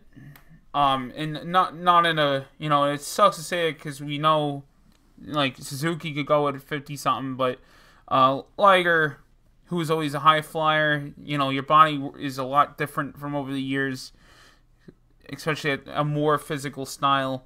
Yeah, he definitely he's definitely a tag team wrestler now, if you know what I mean. He does not have the cardio anymore for singles matches. Yeah, no, I can see that. Either as the guy that's I see him more as the guy that's gonna get the shit kicked out of him and then have to go for the younger guy who gets the hot tag and does all the shit. Or he'll do or either that or he's the guy that's in the corner waiting for the guy. He's either going to be the guy that initiates the hot tag or he'll be the guy that gets the hot tag and ends the match. And it's never gonna be a situation where he's gonna be going for long periods of the match as as the initiator of like holds and lockups and a bunch of other shit. He's the guy that's like that in a weird way, like it's a situation where like now I kind of see why WWE kind of does the 7-8 minute matches. Liger's kind of in that situation now. I don't think he's he's the situation where he's going to go 7-8 minutes. I mean, I think he could go at least maybe 15-20 minutes, but beyond that, I don't think he can. I don't think he could do it. Yeah. I mean, he's still can move around pretty decent, but when you compare him to when he was younger, obviously, obviously his ring style's aging. Rey Mysterio is still a fucking house of fire. Oh yeah, when he got the hot tag later on in the match, he was fucking going ballistic. I think they made the right call having. I mean, I personally would have preferred it to be Tanahashi that took the pin, but oh yeah, it would have meant more. It would have meant more, but at the same time, it's still Liger. It's a big win regardless. Yeah. And as soon as that happened, I see it right on Twitter. Cody fucking posted, "Yeah, I beat Rey Mysterio, Jushin Thunder Liger, and Tanahashi. New Japan can't stop me." So I was like, oh, "Okay, all right. He's really playing that heel stuff up. Good for him." No, I think I think Ray has a lot of upside. I think he if he keeps the fucking mask on, like that particular mask, even if it's not, but I fucking think it's amazing looking. I think personally I would love to fucking see him like just wrestle in Japan, and not like all the time, but for these big, I'm actually surprised he wasn't like he didn't just make like a surprise thing like for the Super Juniors. Like that would have been a fucking. I was a little surprised. I was a little surprised too, but especially since a week later he was coming out there. But it's not that. Like you never know. Maybe next year. Who knows? But I don't think. I honestly don't think. Other than the finals, I don't think the actual tournament he would have been. I don't think the actual tournament he would have really wanted to do that. You know what I mean? Like, yeah, I can that's see that. a grueling fucking tournament. And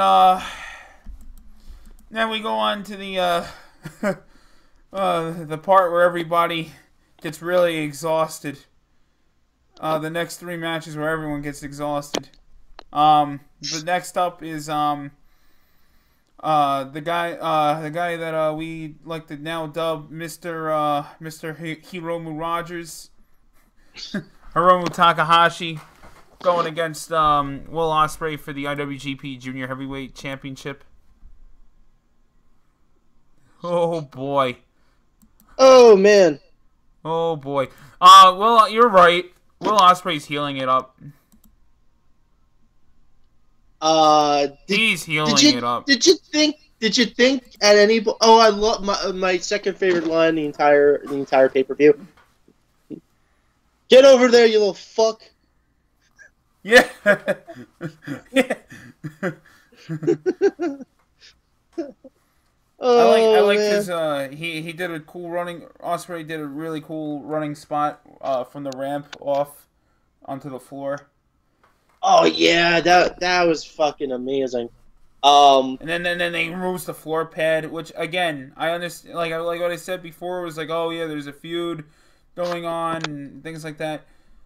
But when it's like when you do subtle things like what Juice did compared to, hey, I'm gonna rip the floor off. I'm gonna keep ramming him into the fucking ring posts.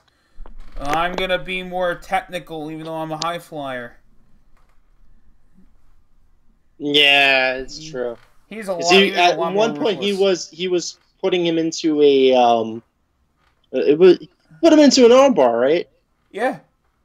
Put him into an armbar, and he was working his arm, and oh my god, the fucking spot, dude! How many times did Takahashi fucking he reversed the Stormbreaker like fucking 3 times, and each time was like more brutal than the last.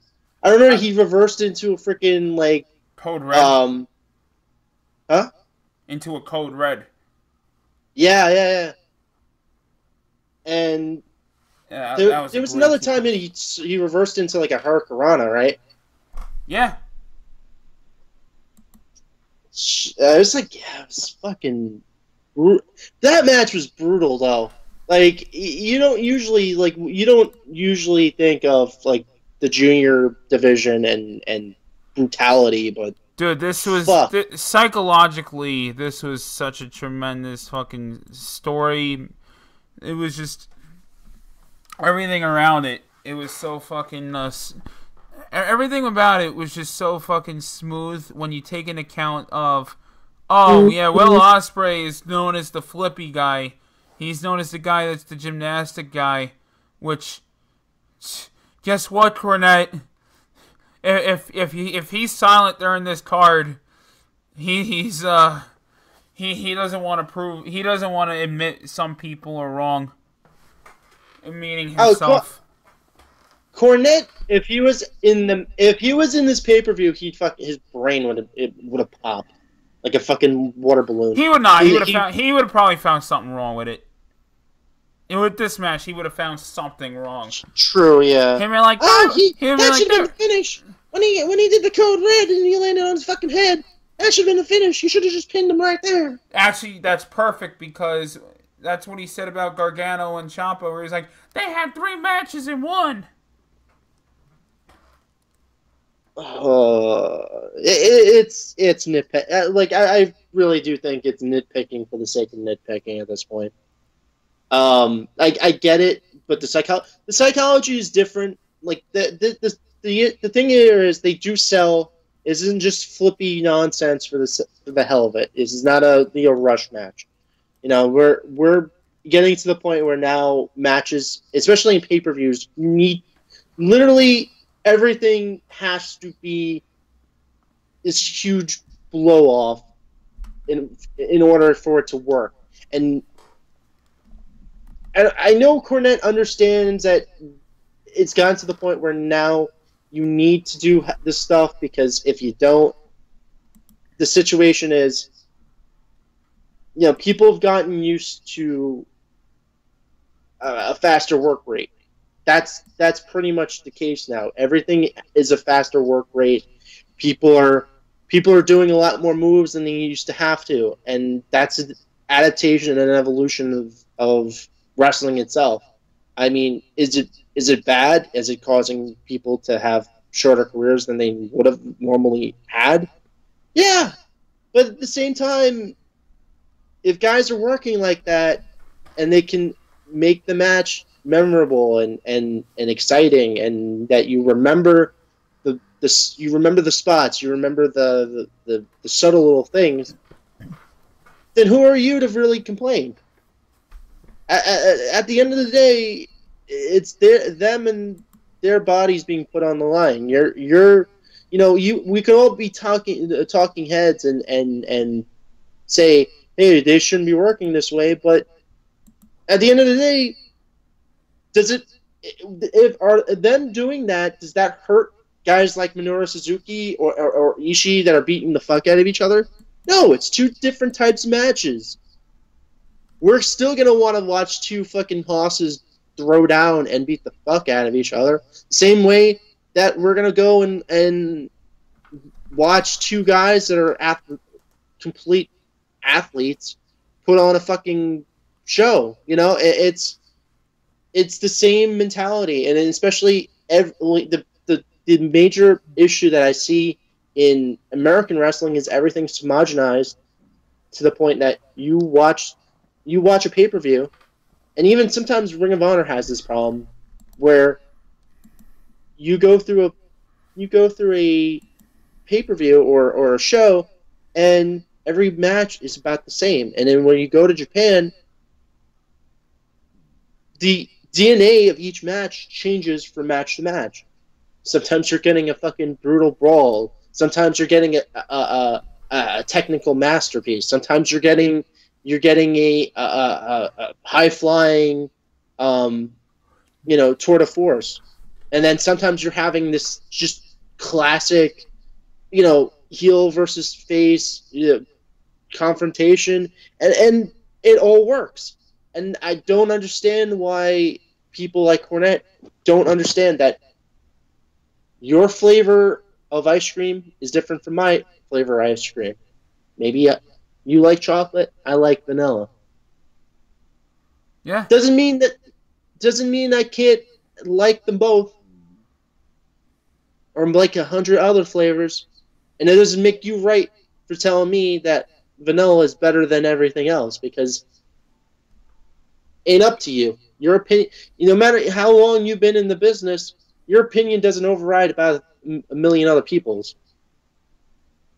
So, Yep. that's just my 2 cents. Yep. Well, ultimately, Hiromu got Mr. Belt back. Oh, good grief! He's gonna have like a whole list of characters. I was marking out for like them like going through half the match, like on the periods where they're both down, like they kept switching to like a group of girls with like fucking Daryl. Dude, like, they fucking love Hiromu Takahashi. That crowd went nuts when he won, and they were fucking screaming his name. They fucking love this guy there. That's why I say, is anybody really in LIJ? Is anyone a heel there anymore? Like, the entire group is fucking loved outside of Bushi. Yeah, pretty much. Now we go to the next one where we had Chris Jericho dressed as one of the Blade Runners. No, he was oh god, he was Malcolm McDowell in Clockwork Orange. No, I know that. I know what.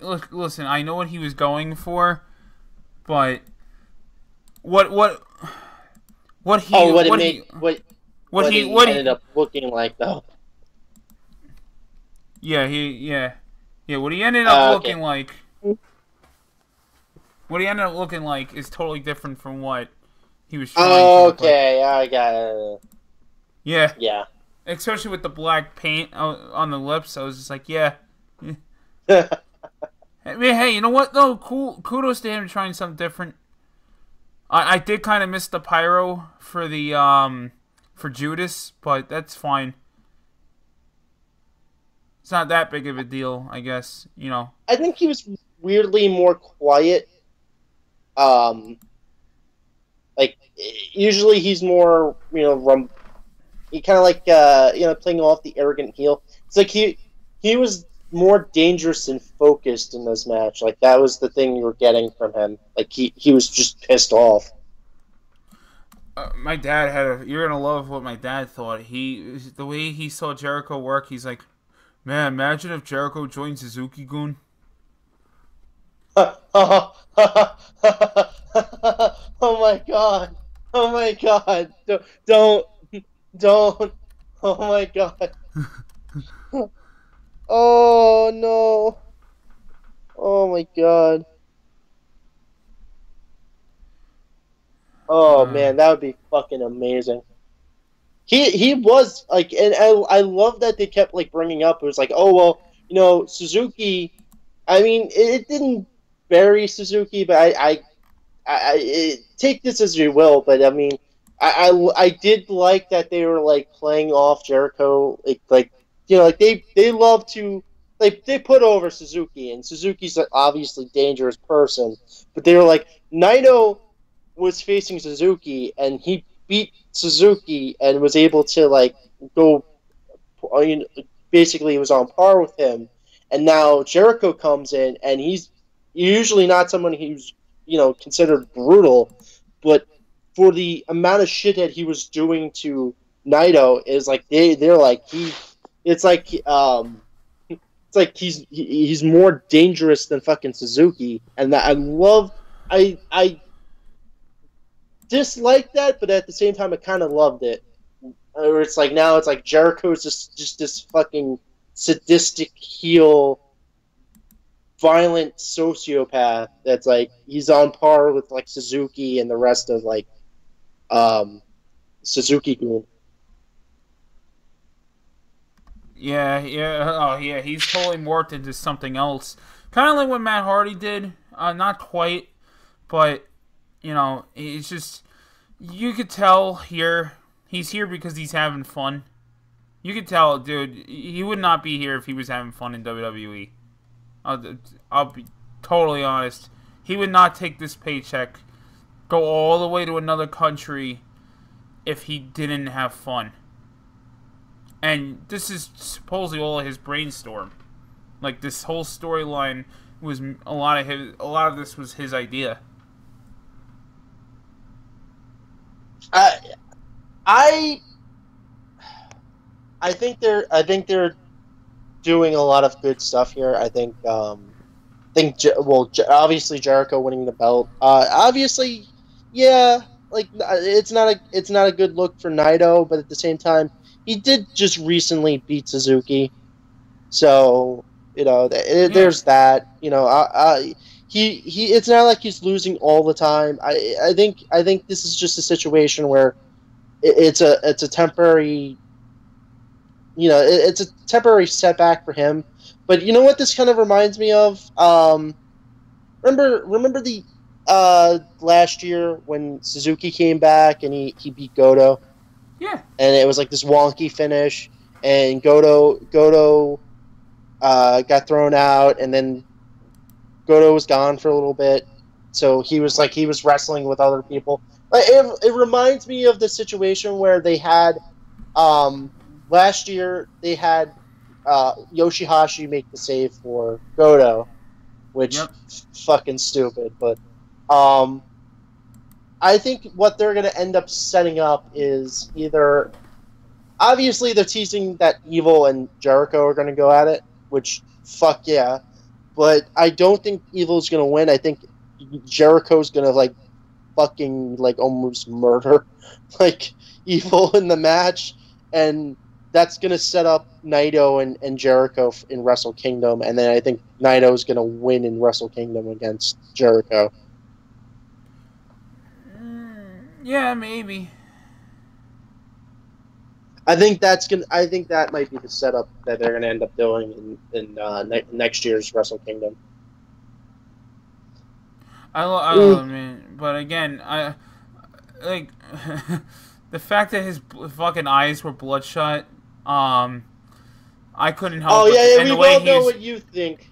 Yeah, I can't see because he was doing a lot of technical stuff. I don't think if he was that fucked up, I don't think he could. I don't even think he would be able to stand, let alone work the fucking match. How the fuck are your eyes so fucking bloodshot? Dude, the makeup. Yeah, maybe you shouldn't be wearing makeup there, buddy. It's the makeup, but I mean, it's no. Look, yeah, I kind of feel stupid for thinking that like fucking like I mean you kind of set me straight on this, but then the same thing can be said about the piece of blood metal by the at eye. him. He threw a fucking piece of metal at him. Of course he fucking was bleeding. It didn't even look like it hit him on that side of the face. It was, and it also was kind of quick, so yeah. I thought he had his hand up, and it just like kind of like grazed, you know. But then, yeah, you're right. It was the piece of metal. I thought, but it works so fucking well, and like the imagery of him bleeding from the eye, and the entire thing about Los Inglonables, and his fucking trademark is the fucking eye. So to have Naito bleeding it is good the eye is it's fucking amazing imagery. It was a good coincidence, and then obviously I laughed a lot when he did the DDT to Naito on the table, and then he immediately puts him on the list. Oh, I love the. I mean, this was way more vicious. Like, watching this was a more vicious, and then that was a fucking slobber knocker. But this was way more vicious than the fucking Omega match. Oh, you're not kidding. Basically, if you think about it, though, these two last matches were basically Wrestle Kingdom reversed. Yeah, that's true. But you know what? I like this. I like the pairing better. I like this. I feel like even though Jericho and Omega had a tremendous match, and Naito and Okada had a great match, I feel like these two. I feel like Naito and Jericho complement each other's styles better, and Okada Omega complement each other's styles better. I like the whole brawling aspect. I like how for the first while it was, here's Jericho in fucking in fucking just pants, and then it's Naito in almost a suit, and they're just brawling. Like, it looked more like a street fight than it actually did a fucking wrestling match. And yeah, oh my god, the crowd fucking erupted when he was able to fight back, and then he got Jericho up on the fucking table, and he fucking pile drived him into the fucking table. The whole crowd went nuts. Oh man. Overall, I think they're setting up something bigger. I mean, I can't really fault them for giving Jericho the belt, because he obviously he's saying that he wants to be there for a while. I can't fault him either. And you know what? It's right now. You know what that proves to me, though, that the fact that they gave him the belt, it exactly like I said before, it was like, oh yeah, he's clearly not having fun in WWE. It just shows that. It just shows that right now, this summer, and even going into the fall, there's more fun to be had in pro wrestling than WWE. There's a lot more to look forward to. You got Jericho's Cruise, you got All In, you got obviously the Japan show in San Francisco. Fuck, I almost said Sacramento. In San Francisco, you got Ring of Honor's Best in the World coming up at the end of the month. There's a lot more. And seeing Impact, obviously he's a part of the Cruise and all this shit. Like, there's a lot more shit going on, and Jericho's just like, yeah, let me be a part of all of this. Let me be more involved, because right now WWE is just kind of the same shit. Where it's like, at least here it's like, hey, let's do cool things. I mean, to be honest, if we're both watching Sunday, so I know. Just as a good side note, I'm really hoping either Braun or fucking Finn wins the briefcase. We'll talk about that when we get into predictions, but man, I loved how Naito was constantly fucking just spitting at Jericho. Sounds like... I loved how mad he was getting too. Oh, by the way, I stand corrected. It wasn't the metal because I'm looking. I'm actually going back right now. Yeah, he wasn't bleeding yet. He wasn't bleeding yet. I'm trying to find the point when you start seeing it. Well, you see it on his jacket. Like you start to see blood on his jacket on the side. Okay. And then, Yeah. Okay. And then, I see then it as now. soon as he rolls into the ring, like he holds his eye, and then after that, you see blood.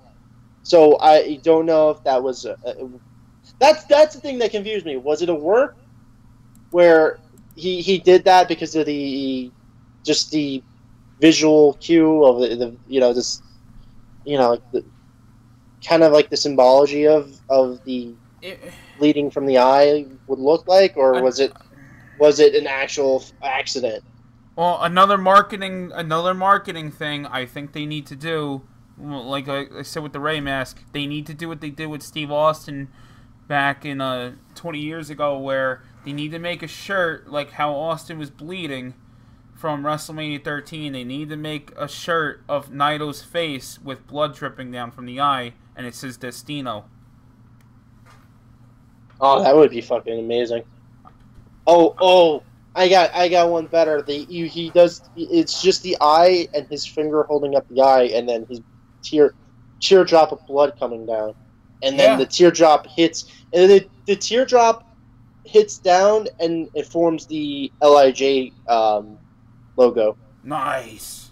That's actually better. Let's see. I mean, there's so many concepts they could do out of that one angle, but yeah. I can understand now. I understand why you're saying it could be a work, but yeah, it looked like it was actually. It looked like it started out slow, the blood, and then it just, eventually just became worse. Really noticeable. At first, when I looked at it, I thought, like, did he injure his eye directly? Like, because there was a like if I was watching on my dinky little camera, like the on my like the camera, my smartphone, not the camera, I mean the the screen on my smartphone, which isn't the best, but yeah, like it was kind of blurry for me, but at the same time I'm like watching it, and I'm thinking to myself, okay, did he injure his actual like inner part of his eye, because there was a lot of blood in the eye. So it's like, I really hope they don't like fuck. I was worried for like 5 minutes up to that point, because I was like, was Jericho working? He was like kind of stiff there, and he like actually fucking injured Naito, because I was worried that they were gonna call the match, especially if he had like the possibility of a permanent eye damage or something. No, Naito is fucking tough as shit. I mean, it's not that obviously he's tough, but I mean, at the same time, like you don't want to have the situation where the guy is going to be blind in one eye, and it's just we want to see more matches out of the guy. We don't want to fucking see the guy, have his career ended or shortened because he lost an eye. So I was worried about that when I started to see the blood in the eye, but then they were like, "Oh, it's just under the eye," and I was just like, "Okay, that's fine." So that's the good thing about good commentary. They'll like, if you notice something, at least they're out there to say, "Okay, no, it's this." Hey, imagine this. Imagine if like you're watching this match and you have no idea what's going on, and you're like new to Japan, and you're like seeing this. It's like, okay, yeah, alright, I'm watching a guy bleeding from the eye. Okay, how the hell did he get like this? Hey, make sure you subscribe to the New Japan Network. Okay, I just did. Now trending on Twitter. Okay, why is the eye bleeding? It's the biggest story of Twitter. Oh, it's the biggest story on Twitter. You gotta hear about it. Okay, how did the eye bleed? Just subscribe to the network. Make sure you eat Snickers. Brought to you by Snickers. Yeah, fucking upgrade from that one time that they all had Mountain Dew and they didn't fucking drink it. They still do that.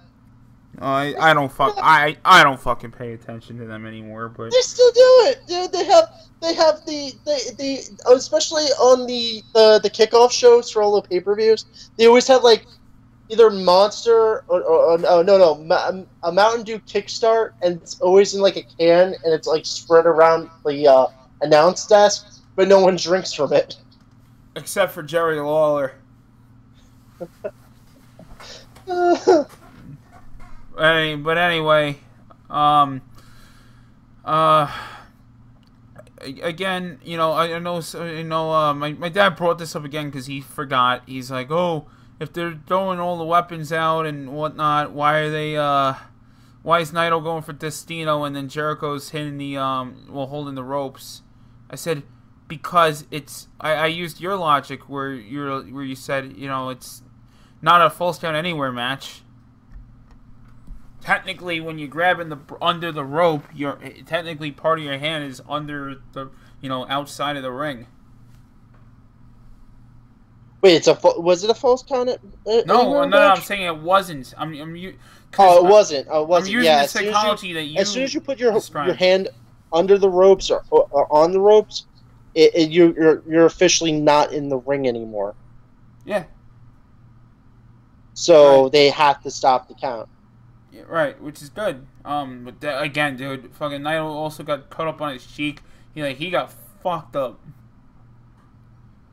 Hey, at the end of the match, he was bleeding pretty profusely. He was bleeding profusely, and then he was just like, the more fucking intense he got. That's why they were working so fucking snug. They were really being the ever-loving shit out of each other. Dude, the belt at the end where he takes off the belt and starts whipping him with it. Oh, that's probably the most brutal thing. I mean, like, obviously Jericho worked in the Attitude Era, but that had shades of Rock Mankind. A little bit, but I popped more when they were comparing Jericho to Bruiser Brody. I knew you'd fucking bring that up. You know, I'd have to. Just torturing the guy, right? Yeah. Yeah, man. Come from the land of the ice and the snow, known as Winnipeg. So yeah, new IWGP Intercontinental Champion Chris Jericho. Post-match assault followed afterwards, and also Evil made the save. So yeah, it looks like they're gonna set up Evil versus Jericho. The one thing I will say though is I do feel like it's kind of weird where Jericho's going against all these guys that are in factions, and they purposely, for the most part, unless they're gonna feud with Jericho, they purposely don't come out there. And only because Jericho's by himself. So that's why it's like, we're in a landscape in this company where everybody's in a faction. And it's like, I think Jericho should have something where it's guys that were associated with being in WWE.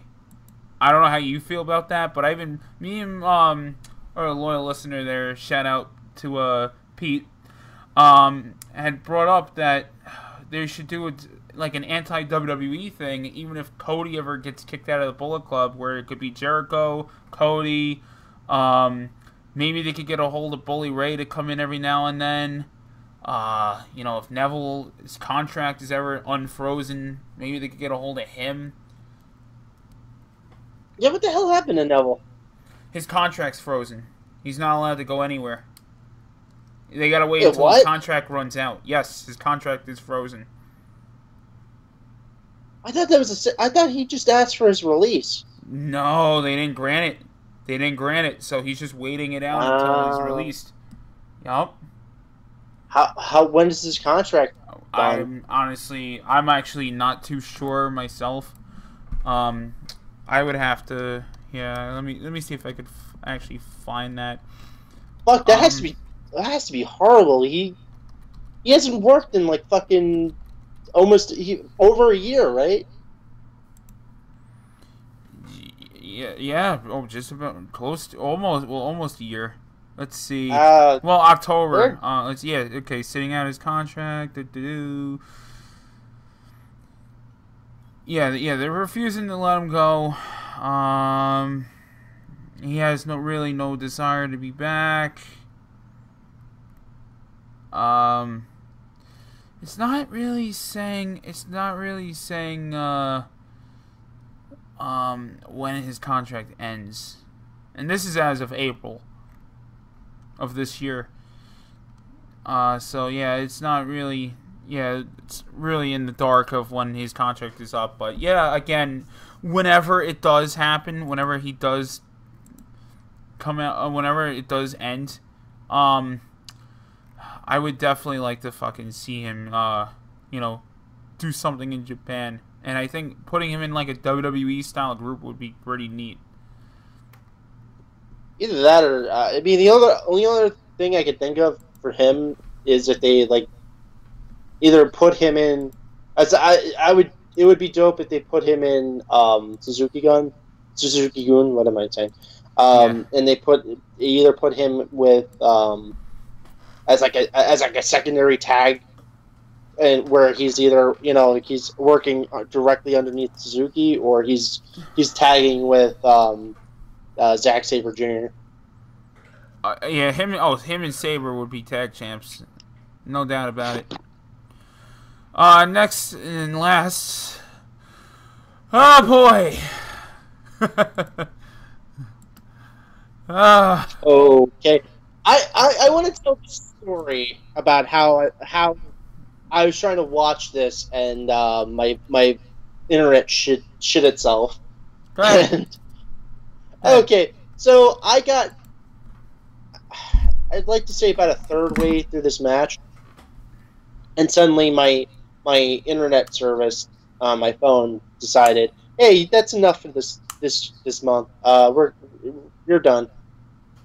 So I got about a third way through this match. I'm calling up T-Mobile to find out what the fuck's going on, and trying my hardest to get this done so I can watch the end of my match.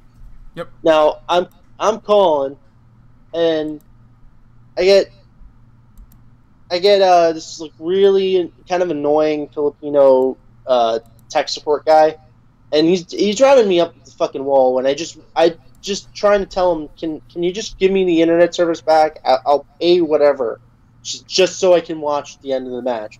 Oh, sir, I help you do this, and I'm like, dude, I don't really care. Just get me my service back. I'll pay whatever. Okay, sir. Okay. Now, fucking 20 minutes go by. I'm still on the phone. I'm waiting for the guy to reactivate the service. Now I'm flipping back and forth just to see it, and every time I flip back, it'll go for like 20 seconds and then stop. So it looks like I'm watching a GIF of the fucking wrestling match. Now, they're about to turn this thing back on, and I flip back on, didn't see the end of the match or anything.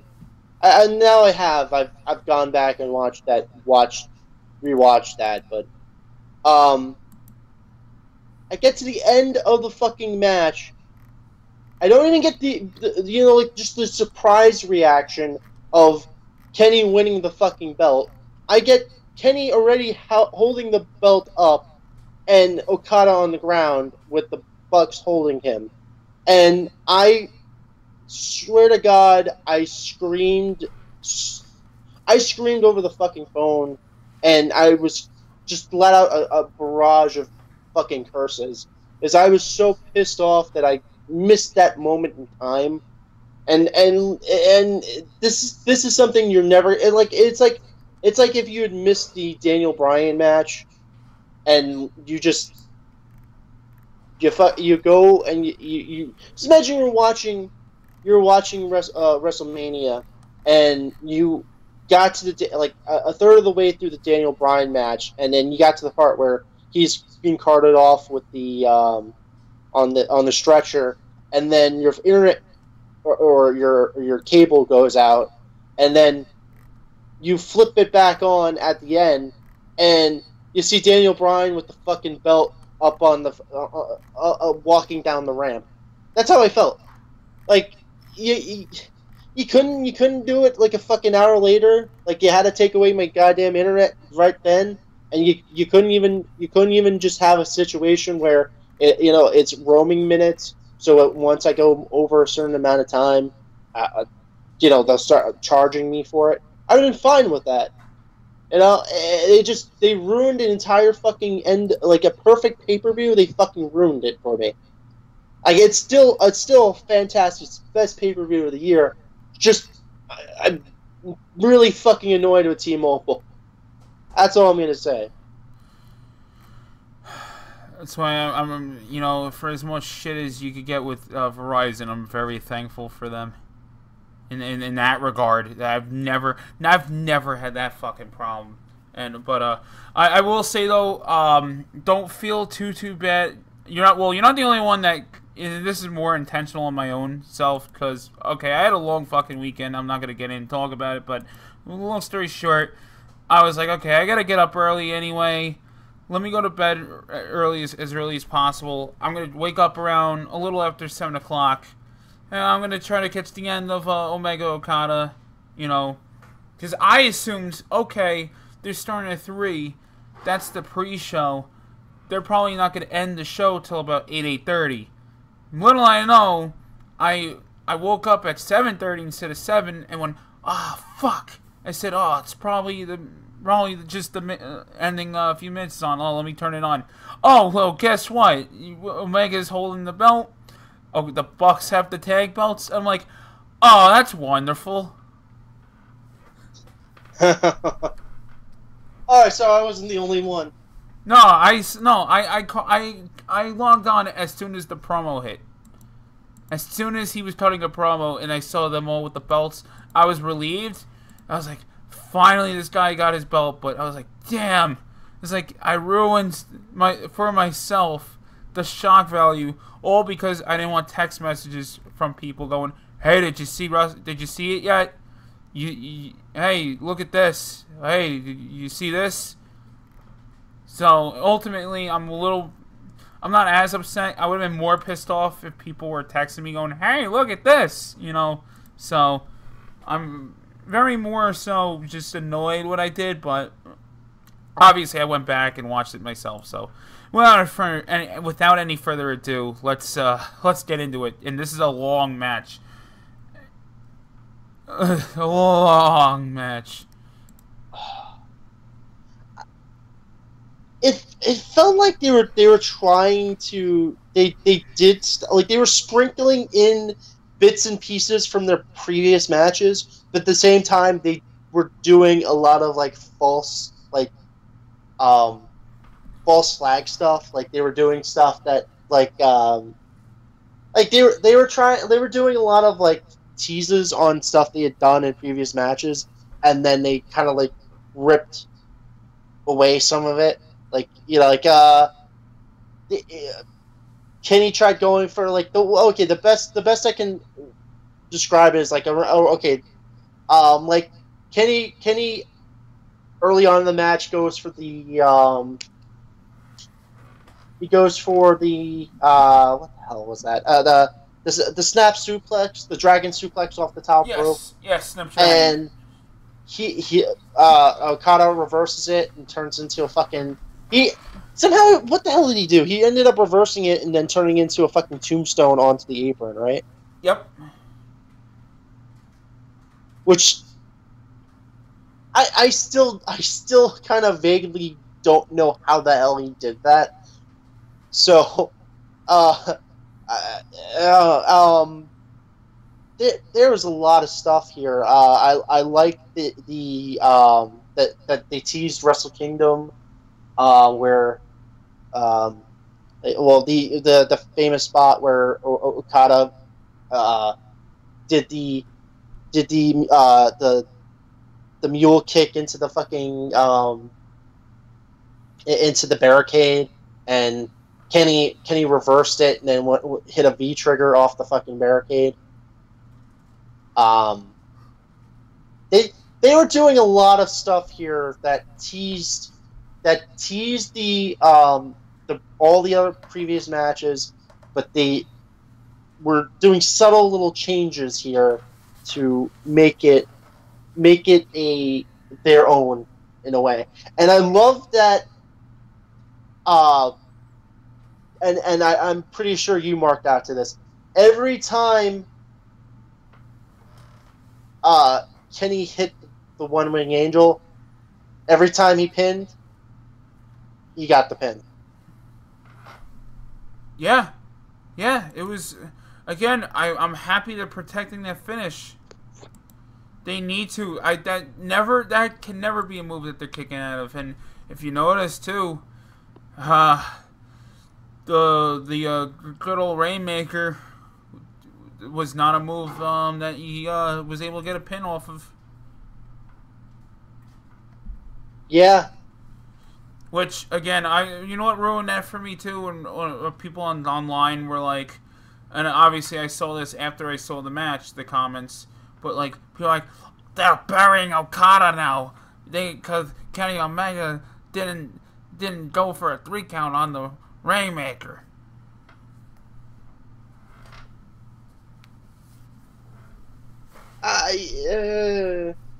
He's won off the Rainmaker before, though. Dude, that's his finish. This was a story. This is a one-match deal. But because it happened once, people are like, oh, that's it. Okada's buried now. It's like, how is he buried? He literally is the... People are trolling. I think people are trolling, honestly. That just sounds like such a troll job. I don't think it was a troll job. You know that as well as I do that these people are nuts. These people are legitimately nuts. They have a situation where it's a huge deal. It's a situation where you had a champion who has the longest. Did he have the longest reign or longest reign ever? Yeah, in Japan. Yep. He has the longest reign and the longest amount of time with the belt. So he has both of those. So how is he buried? Tell me how. How? Dude, these are the same people that were bitching on it. Why isn't Kenny winning? Why isn't Naito winning? Oh, now they're burying Okada. Okay, well, okay. You know what? These are the people that if they get drove away from pro wrestling, good riddance. Like, if some of these fucking weirdos that just sit online, and these are the fans that WWE, I think, talks about a lot too, where they gotta sit there and think, oh, one loss means you're buried. No, but what gets me is, okay, I can understand, like, I understand situations where, like, you nitpick because it's fucking mind-boggling, but then, like, you sit there and you try to find any little fucking stupid thing to bash, and which is fucking phenomenal. It's phenomenal fucking paper. Look, it isn't perfect, but what is? And this is as close as you're gonna get to fucking perfection. I think, because I like, other than Russell, I'd say this pay-per-view, just in general, it was better than. I would say I think it was better than Wrestle Kingdom 11. I really think it was better than Wrestle Kingdom 11. I thought as far as like just from match to match, this is something that you're never going to see something with that much quality, where overall, you don't see too many botches. You see a ton of technical wrestling, ton of high flying, everything you want to see in a pay-per-view. Not to mention you have star power too. These guys feel like and carry themselves like fucking stars. look, and this is the thing that gets me. And I understand fans can nitpick and we want to see the best out of their, but and I think you've explained it perfectly. It's one thing to nitpick and shit on everything without having an actual reason for it, and then being somebody who's trying to be constructive to say, look, I want you guys to do better, and this is like, then what do you do here? Like, if you're gonna nitpick about like stupid nonsense like this, what would they have done better to to make to make not only have Okada look strong, but at the same time make Omega look strong? They What's both your look fucking fine. exactly? That's the problem. It was fine. What is their complaint then? Like, I don't get the complaint. They both look strong. Obviously, it's a situation where there's all adrenaline. Sometimes you do kick out of a move. It's fine. It's fine. It's a situation where, you had a guy that's been champion for how many years and has been champion numerous times before that, where he was wrestling against AJ Styles and Naito and how many other people. He's a 3-time champ, and he has the longest reign, and he has held the belt the longest. Oh, and speaking, I'm sorry. No. I just don't get why people are flipping out. Like it's like damned if you do, and damned if you don't. Because at the end of the day, sometimes people just like to complain to complain. Absolutely. And I hate it. I hate saying this, but sometimes as much as WWE is just saying, it just says that because they know that the fan base is kind of toxic. Sometimes they're right, but then you don't want them to be right because they're the people that are usually they're the ones that are usually complaining about, and they're the ones causing all the fucking major issues in wrestling. But then when all you do is nitpick and look at the stupid bullshit that no one cares about, then you kind of give them the moral high ground. When you act like a little fucking psycho and you're like threatening people, it's like the fan base has no bearing to say anything because they end up just doing all the stupid things that we don't want them to do, because at the end of the day, they're causing all the issues, and they're causing the entire fuck up of having to listen to the WWE, because now they can just say, oh well, all the fans are the same, and we're just gonna do whatever the hell we want to do, and they're gonna hate whatever we put out there anyway. So why do we even have to try? Yeah. Well, again, like I said, there was not a lot. I did not have a lot of problems with this match.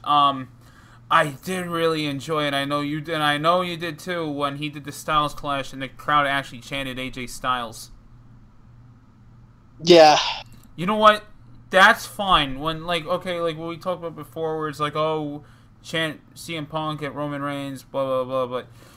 But that's fine when it's like, you're doing a spot like that of a guy that was in the company, and obviously AJ's not there anymore, but you do a spot and it's like, hey, we're not, like, they weren't being disrespectful. They were just, they just popped, chanted it really quick in between a transition of moves. Yeah, that's how you do it. That's the same thing where, like, if someone gets chopped, you do the woo. It's a reference to that wrestler. It's not, hey, we want this guy because you suck. Because that's all these people are doing is when they chant something, it's like, we don't like the current product. We're complaining to bring that guy back. Yeah. Yeah. No, And I agreed. and you know what the thing is? If let's say okay, Punk suddenly had a change of heart, just and this is just a subtle little rant here. If he suddenly had a change of heart, would you really want him back? Because then all the things that he said, all the truths that he exposed in the company go out the fucking window because then he's just a hypocrite. He's the guy that's taking a huge fucking payday to come back and be a part timer for the fucking company. Well, again, that's why I think there's more of a future of him in wrestling outside of that company. His WWE days are dead. They Yeah. died last week. His days at WWE died last week in the courtroom. Once that was put to bed, that's immediately when you look at that one. Okay, he officially put WWE behind him. But again, and when I say, oh yeah, there could be a future of Punk in wrestling, and I'm not saying, oh yeah, he'll come to Japan and do shit here, and like I said, I don't think that guy will ever wrestle again. But and you know what too, man, it's like obviously I'm a big fan of Punk's, but it's the same way as like I'm a fan of Austin's, the same fan I'm a fan of a lot of people where it's like I'm gonna look at the good times, I'm gonna enjoy what it's worth, but there's a lot of people in wrestling to enjoy now, and it's like, do I miss Punk? Sure. But does wrestling need Punk? Not really. Not fucking really. Like, Kenny Omega right now is the fucking best in the world. Again, AJ Styles is phenomenal at what he does, but Kenny Omega's on a whole nother level. A absolute whole nother level. And the fact now that they're going into E3, doing a cross-promotional thing with the New Day, to play Street Fighter, and he's going to go there with the belt, same with the Bucks, they're taking that to new fucking heights. They're branching out outside of Japan, and they're taking this beyond. So, yeah, the guy has a goal. And the goal is beyond what Punk's idea was. Oh, we gotta change the WWE for the better. Kenny Omega's is no. Let's expand a company to compete with WWE to force them to get better.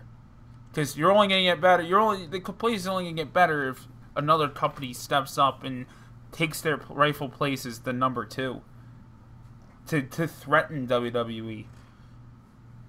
Yeah. I mean, and again, we've mentioned this numerous times. Japan has the best chance of doing this now. I'll put it this way: if you suddenly, and this is the thing that like Kenny and Cody are probably the two most influential wrestlers in decades. In decades, Cody, Kenny, the Bucks are probably, if you were gonna teach a course on wrestling, like if they were gonna do a college course on wrestling, you were talking about this 50, 60 years down the road, yeah, they're probably gonna have a huge fucking chapter in the history of wrestling just to them. I mean, everything you they're never know, doing shit now could go sour, and I am also too. You're gonna have people that are gonna listen to us and go, "Ah, what are these fucking 20-year-olds? Look at almost 20, 30-year-olds talking about. They don't fucking know wrestling." You never know what the future could hold. Again, that could backfire. You never know what never know there could be a sad story. So if it goes the way it's going now and it keeps progressing, yes, by all means. But right now, it's like you look at wrestling 30-something years ago, and it's like, hey, look at Ric Flair. He came out with his own championship, and he has the woo and all this stuff, and it's like, but now look at him. He's a disheveled, alcoholic who we're all lucky to kind of have alive. It's like sad but stories do happen in life where Eric, with the way that they're what they're doing and no, how they're doing, but there's too much time. There's too much time to tell though. Just for all in is impressive, and at Oh least yeah. is something that is it is arguably something that hasn't been done in decades.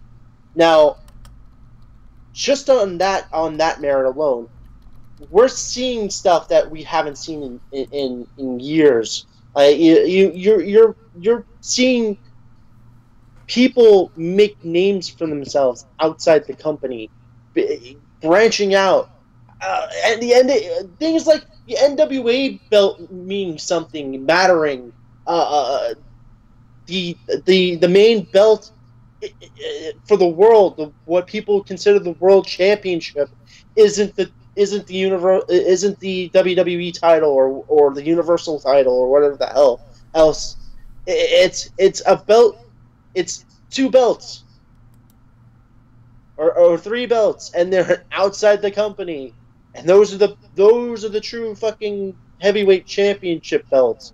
And what I see is we're living in an era, and a lot of people, like you said, they're gonna go, oh well, he's a fucking 20-something-year-old.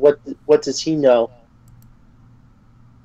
Okay, maybe I'm wrong. Maybe they do nothing, but at the way it looks now, we're possibly living in an era where we can say, hey, we saw Cody, we saw the Bucks, and we saw Kenny, and we were lived in an era where all these guys were out there busting their ass, and they're turning wrestling into something that's positive, that can be a positive message, and is going to adapt the game and change the game for the better for God knows how many years.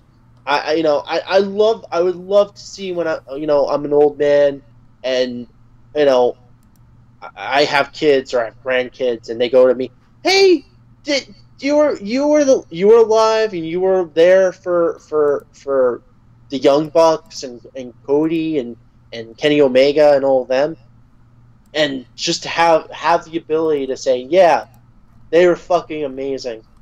I wish you were around to just. I wish you had been alive at the time to have seen them." You know, I guess kind of it's same way. It's like even though Macho Man was alive for a good part of our childhood, it's like it's same thing. It's like we wish we were alive during well at least what you wish you were alive during Steamboat Savage. I wish I was alive during the days of like Bruiser Brody and him and Stan Hansen against whomever. It's like things like that where it's like you understand the importance of certain characters, and that's why to me it's like I hate that's why like you caught me, and shame on me for when it came to that one person that I had the argument with, where you're like, yeah, age should not be a factor, dude. Like, don't fucking bring age into it, because you're right. Because people look at us and go, hey, what the fuck do these kids know? Like, even though I'm 26, you're 28, 27. We're both like at this point where people still go, oh yeah, they're in their mid-20s, what do they know? But quite frankly, it's we're at the point where it's okay to learn about shit beyond. Kids nowadays know who the fuck Andre the Giant was, know who the fuck Yokozuna was, know who whomever is. Age isn't that much of a factor anymore. Especially, shooter interviews do exist, and you could say, oh, look at the smart marks learning about the business. Yeah, who's putting out the fucking all those shits? The actual workers. So, yeah, there's nothing you could say about that. So that's what I love, the hypocrisy. It's like, oh yeah, They want to go off what they read on the dirt sheets or they listen to on the shoot interviews, yet you're the fuckers producing the shoot interviews and making money off of it. Yeah. I love the fact that, and you mentioned this, it is hypocritical because we're getting to a situation now where you have wrestlers that listen to the fans, that care about the fan feedback, that want to produce the best quality match they can, and then you have the old timers that are annoyed, that or don't work in the business anymore, or so far up the corporate side of WWE's ass that they probably see Vince McMahon's shit. Now, it's a situation. Look, I understand if you're working for the company, you're gonna toe the line. We're a bunch of marks. Everybody's a mark. No matter what and they look at us. Oh yeah, you think you're smart, but you never worked in the business. Okay, but did you need to work in the business to know about the movie industry or anything else? I mean, to be honest, in wrestling school, other than the moves and how to bump, what are you really learning? So I'm sorry, I gotta mention this really quickly. So, Okada versus Omega, the final verdict of Uncle Dave is it's the greatest pro wrestling match of all time. There will never be any great match like this. And it's on a YouTube clip, and I'm reading one of the comments, and the fourth comment below on the video is, greatest match I've ever seen is Harley Race defending the NWA World Championship versus Terry Funk in Houston on July 1st, 1977. The first reply back is, you're not special.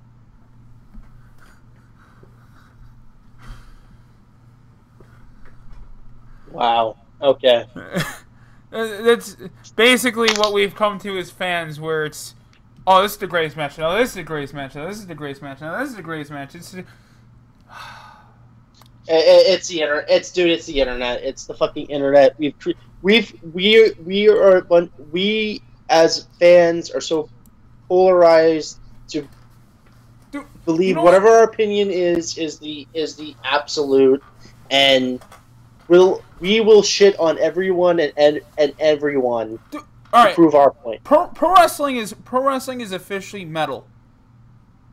It's and here's why. You have your thrash metal. You have your prog. You have your industrial. You have your new metal. You have your death metal. You have your classic heavy metal, where it's like people are gonna go, oh man, like, I kind of don't mind Five Finger Death Punch that much. Oh, dude, you don't know shit. You never saw Pantera in 1988 when they were fucking opening up. Like, oh, you don't fucking know. That is perfect because, okay, I got one for you. I go on a Metallica, one of the Metallica YouTube videos.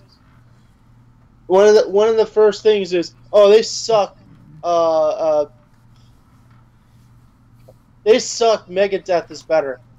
Yeah, exactly my point. Exactly my point. People compare Metallica to Hulk Hogan, and then Megadeth is supposedly fucking Ric Flair. It's like, oh, that's your fucking opinion. Whatever. Who cares? It's your musical taste. It's like, oh, dude, Slayer is just like the god of metal. What? You're a freaking noob, or you don't know anything if you like Metallica. It's like, oh god, and then and then there's always people that are like, well, Black Sabbath was the introduction of metal.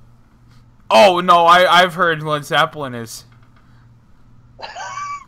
What? Oh god, VH1, man, VH1. Yeah, supposedly the greatest metal band is Led Zeppelin. Oh god, that would be like Bobby saying the greatest wrestler ever was Frank Sting? Gosh. No. Oh yeah, he said that. I forgot he said that. Remember Oh that? god. Oh man, I can't. It's one of those stupid things where it's like I can't even really say who the hell the greatest wrestler would ever be. No, there is none. I have There my is none. favorite wrestler. You, But there's been so many different people. I mean, unless you actually went down and I mean we tried doing that, and then it doesn't Bubby work. Bubby It just doesn't. was coming up with like these like inflated numbers so he could make Sting the greatest wrestler of all time. So, all right, guys. We gotta. All right. Well, first, before we do that, and I know this is a longer thunder, which, it's there was a lot of shit that happened over the weekend. Obviously, Dominion was a long show, so by all means. But before we get into that with the Bubby and whatnot, what do you rank wrestle? What do you rank New Japan's Dominion for 2018? Oh, it's an A plus. It's an A plus to me. I'm gonna break the system and go A plus plus. That's A plus. Just don't. No. You are on one system. You get to an A, No. it doesn't become an A plus plus. It doesn't become an S. You are at A plus. You are a really good match. I'm not going to put you above all the other. I mean, you're a really good pay-per-view. I'm not going to put you above all other pay-per-views. If you're really good, like it doesn't become like if you put in a paper, like if you're grading a fucking paper, Okay. even if you're a really good, like if you're a good paper in comparison to the other A plus papers, a professor is not going to go, oh, this is the equivalent of a War and Peace. I'm going to give you a super A. Okay, for instance, SA. you know what this is you know what this show is. It's like, to use an example, as Sue said, and they're on the money when they said this, where the rating systems are stupid. We do the grades because why the fuck not? It's fine. It's fine to grade a pay-per-view on our own opinion. Because the reason why we do that and use their example is when you watch a wrestling match, it's based off of, this is the worst shit I've seen in a long time. This is one of the more atrocious things. It's okay, it's mediocre, it's really good, it's great, or it's so fucking awesome I have to show either a casual or I have to show a friend of mine that doesn't even watch this product. And that's what this card was. It was me as a wrestling fan liking it so much, showing people that don't watch New Japan at all and don't know who these people are, going, hey man, watch this match with Jericho, watch this match with Kenny Omega, watch these highlights. That's what it is to me, where it's so good you could show people and not be embarrassed to being a wrestling fan. That's what Dominion is. Same thing with WrestleMania 17. I'd even see at WrestleMania 3, where it's like you have such good cards where it's like that's where you don't be afraid to be a fan. I think that the issue is you can do ratings, but for the shows for the shows themselves. Don't rate the fucking matches, because you're gonna always get into the situation where everyone's gonna be like, "Well, I like that one better." No, like it's our personal, it's a opinion, and everybody has their own fucking opinion. Yeah, you so can't fucking rating the match, but the thing is, what do you rate a match on? What are you doing to rate the match? Dick all. I don't fucking know. That's Dave telling us how he goes about rating each match. Yeah. No, wait. Hello. Yeah. Okay, Dave. Yeah. Yeah. All right, Dave. Yeah. All right. Star system. You got it.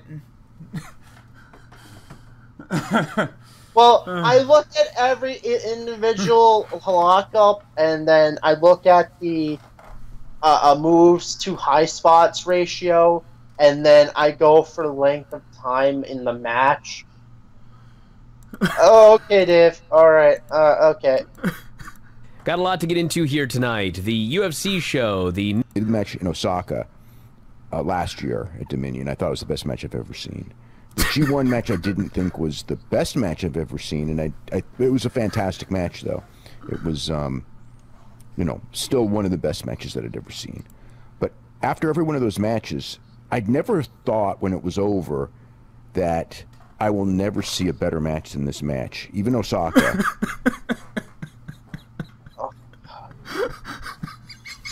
Now he's saying he'll never see something that tops that. So 10 stars, we're at. Are we at 10 stars, or is it only at? I at 7. kind of want to know where he goes from here. Is he gonna give it 7 stars, 8 stars? What the fuck is the what the fuck? If it broke the rating system, that's the thing that gets me about Dave. If it broke the fucking rating system, then what the hell do you go on by now? Just keep going up. If it's a fucking 5, you don't go, like, it's not like the metric system. It's not a system where you're gradually going one up every time somebody beats it, because then you'll eventually get to 100. That makes no fucking sense. So let's say it keeps going up. That means every other match that was below that, like, even if it's a 5-star match, it's just a shitty match comparison to that. It's like, no! They're all good matches. It's a fucking personal opinion. Just say it's a personal opinion. You really liked the match. You thought it was a fucking classic.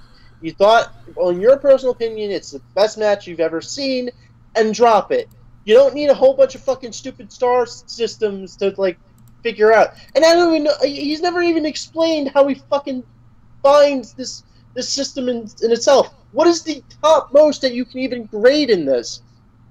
If you already said that a 5-star was your top thing, how do you keep going up from that? It's 0 stars to 5. Now he's done negatives.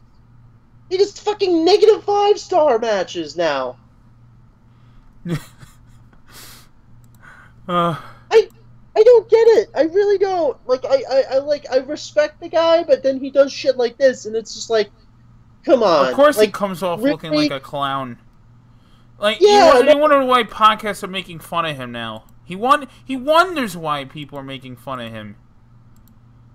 You went from being this credible source that everybody really admired for how many fucking years, to now it's turned into this mockery where you have people making memes out of you and shit, and now it's turned into a thing where you look at it and go, okay, where do we go from here? Because he overcomplicated his own freaking system. It's like he kept thinking, oh, well, this is the lowest. No! Obviously, you know what he ended up fucking doing? Was he ended up having a situation where he thought, oh, this is the worst that something could possibly be, and then he realized, no, shit can get a lot worse. Well, Like, you know, what do we learn, everybody, from Uncle Dave? We learned that every wrestling match that ever happens from June 10th, 2018 until the Earth automatically just falls apart, all the matches are going to look at that match and say to themselves, look at all the stars you have. I'll never be that good. Don't know, Patrick,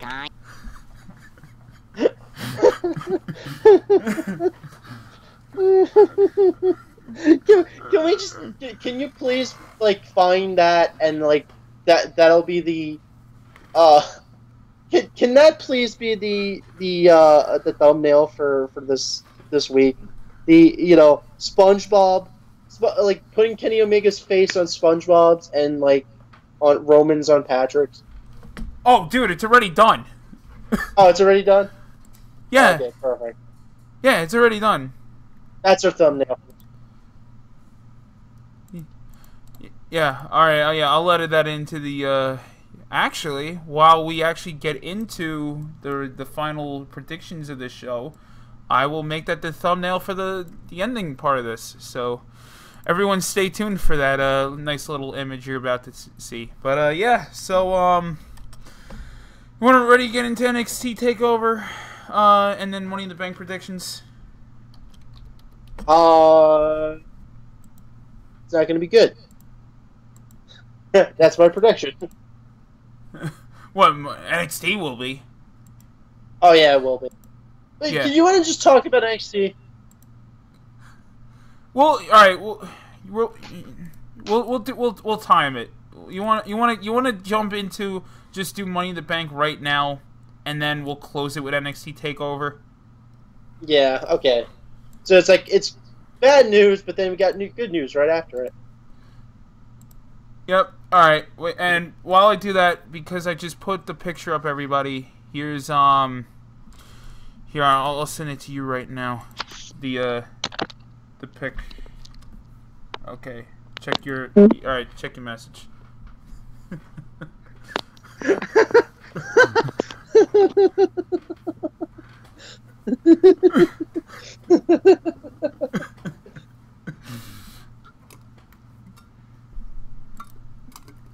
Oh, that's too good. You know what's also great? That, and then the one I showed you where his Family Guy, and he's just like, it's the woman. She's like, "I told you, didn't I tell you exactly what was going to happen?"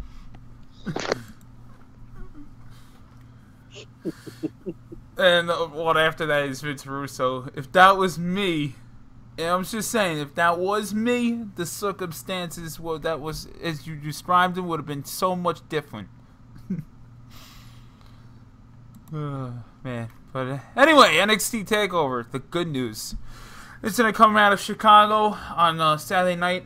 We got the Undisputed Era of Kyle O'Reilly and Roderick Strong defending the NXT Tag Team Championships against Oney Lorcan and Danny Burch.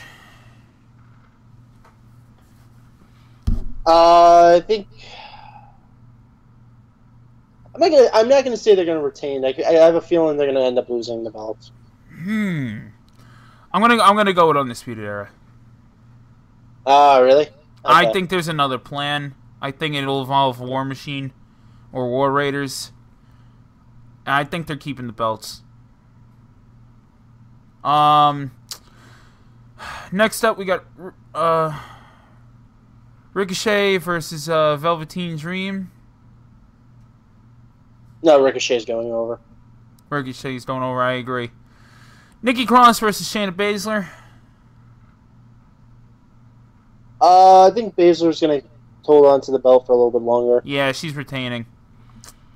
I'm doing this purposely, guys, so bear with me. Aleister Black versus Lars Sullivan for the NXT Championship. I think Lars might win. I'm going with Aleister pulling out an upset. He's not gonna lose just 2 months later. They might just do a have him lose. I have a weird feeling he's going to end up losing, and then having him try and get the belt back afterwards. That would be cool. Actually, yeah, all right, that would be cool. That they, I don't know. I don't know. I'm still gonna go with him retaining. I for some reason I just don't see belts changing hands on this show. Not yet. But anyway, Tommaso Ciampa versus Johnny Gargano in a Chicago street fight. And this is who is it? Do they have the rule that loser leaves the company? It's just a street fight. Oh, Ciampa's going over. Yeah, Ciampa's going over. I think they'll do that. I think they'll do the final match maybe in Brooklyn. Yeah, I can see that. And then you know what? They can end up doing the Last Man Standing as the cap off. Or Hell in a Cell.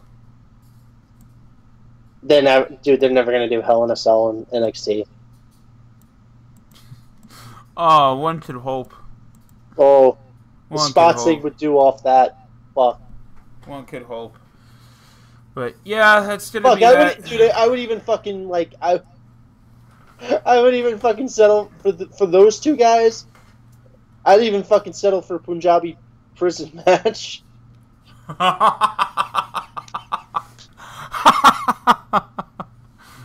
Oh hey, no! It'd be the best Punjabi prison match we'd ever fucking see. In Meltzer's words, there'll be no other one like it. There'll never be another Punjabi prison match like that one. That would be the greatest Punjabi prison match I've ever seen. Actually, if you just take his sentences and just add Punjabi prison in between greatest and match.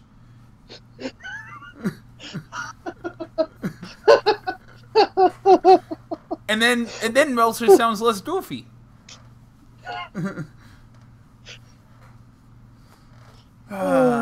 Next up, I'm sorry, Pat. I had to do this. It's the next day. Money in the Bank.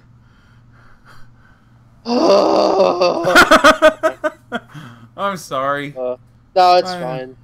Well, Maybe they'll have a good pay-per-view. Maybe. We'll hope. Well, only one could hope, but We'll hope. We'll hope. Daniel Bryan versus Big Cass. You know what, Eric? Fuck you. Just fuck you, alright? Oh, God. Oh. Oh, please let Daniel Bryan go over. Big Cass is winning. He already won at Backlash. Big Cass is winning. I'm sorry. Oh, God. Bobby Lashley versus Sami Zayn in a sister storyline. Oh, Bobby. Bubby Lashley. Oh, God. Bubby Lashley goes over. Well, I don't particularly care for you to bringing out my sisters, so I'm gonna stink face you. Oh, right before I eat Chili's. Oh no, what the fuck? Wendy's. I'm sorry. Yeah. Well, right after I eat chili from Wendy's. All right. Seth Rollins versus Elias in a look-alike match for the Intercontinental title. See, this is going to be the match of the night. I have a fucking weird feeling that's going to be the match of the night. Oh, without a doubt. Without a doubt. I can't wait for that one. I'm looking forward to. I'm gonna go with Elias actually.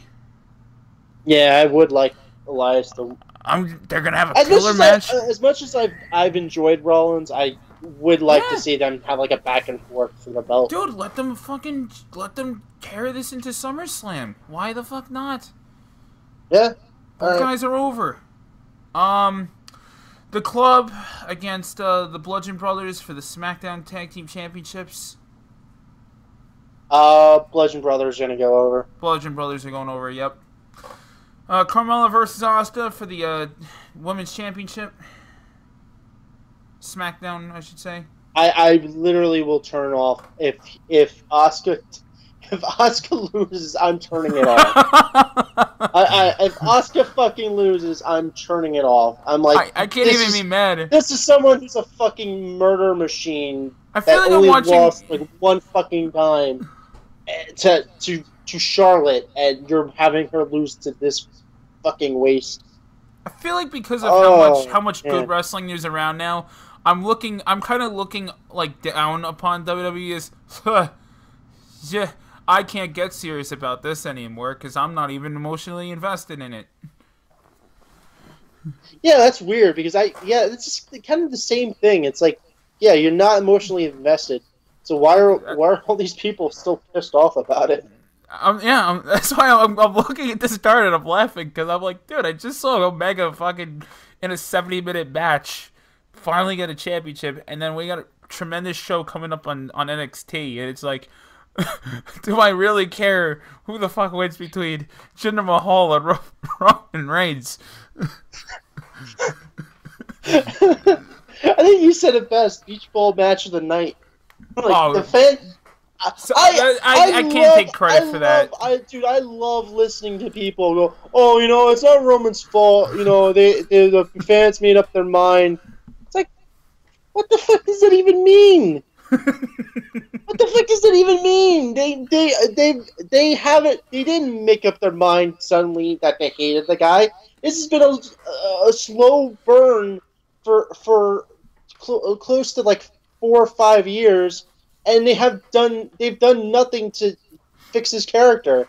And every time they get close to doing something to make him somewhat interesting, they fucking decided, oh nope, we're gonna change it at the last moment and make you not give a fuck about the guy. Yeah. Oh, man. All right. Next up, I'm doing this purposely as well. Women's Money in the Bank ladder match. We got Ember Moon versus Charlotte Flair versus Alexa Bliss versus Becky Lynch versus Natalya versus Lana versus Naomi versus Sasha Banks. That actually sounds like a decent match. That's going to be a good match. That is going to be a very good match. And I'm picking Natalya. Really? I don't want to see it. So last night, Ronda put Nia in an armbar, which, you know the psychology, the person, and I had to explain this to Jason and even Nick, who were looking at this. I said, oh yeah, Ronda's losing. She's not winning the belt. And they're like, why? I was like, well, because the psychology is when the person gets the last laugh, the go-home show before a pay-per-view, that usually means they're not winning. So, yeah, Natalya is going to cash in. And we're going to get a natty Ronda feud.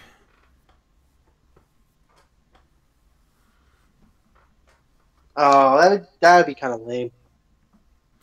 Be better than Nia and fucking Ronda Rousey? Yeah, but then it makes her look fucking stupid, because it's just like, unless you're gonna do a fucking triple threat. Oh god. Ugh. Not Natty. I'm sorry, but Natty was not good in her fucking feuds with Charlotte Flair and Bella before that. So, Meh. Meh. Who else is in the match? Ember Moon, Charlotte. Oh, please let Ember Moon fucking win. That's what I want, but I'm talking about what they might do. I don't give a fuck what they want. I want what I want. I'm not gonna be mad. I don't care if the show sucks. I'm just gonna sit here. I'm just gonna sit on my couch and laugh at this show if it's terrible, and go, yeah. What do you guys expect? And then the next two matches we got Oh my god! What pay-per-view broke you? What pay-per-view broke you? Because I remember being really pissed at. I remember being really pissed at the Rumble, but you sound more disingenuous about the fucking state of WWE than I do. I went to Backlash. Did we forget? God. Did we forget? I said at Backlash. Oh god. Oh, that's the perfect comeback I've ever. That of all the comebacks I could hear, that is the perfect fucking quote to say. I went to Backlash.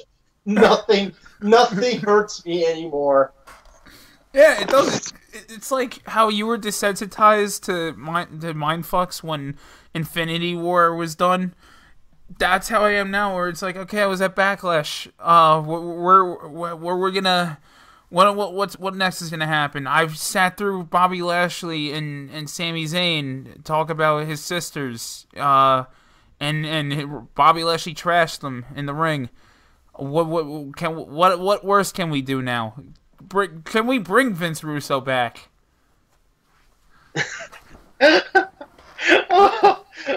No, you know what? I think I've finally gotten to the point where now I'm enjoying Raw for how bad it is. It's like no, let's just make it worse. Like maybe that's what the goal is. Maybe we're looking at this wrong. Make it worse.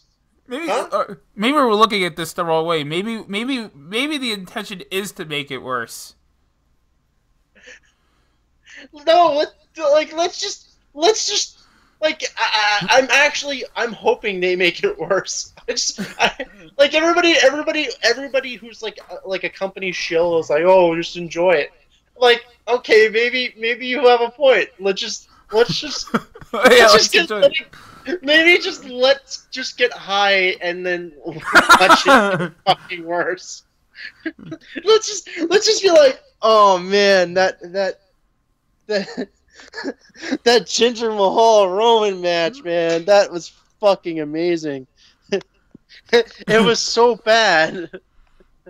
It was so bad that even in alternate universe, Dave Meltzer was like, "That's the best, worst match I've ever seen in my life."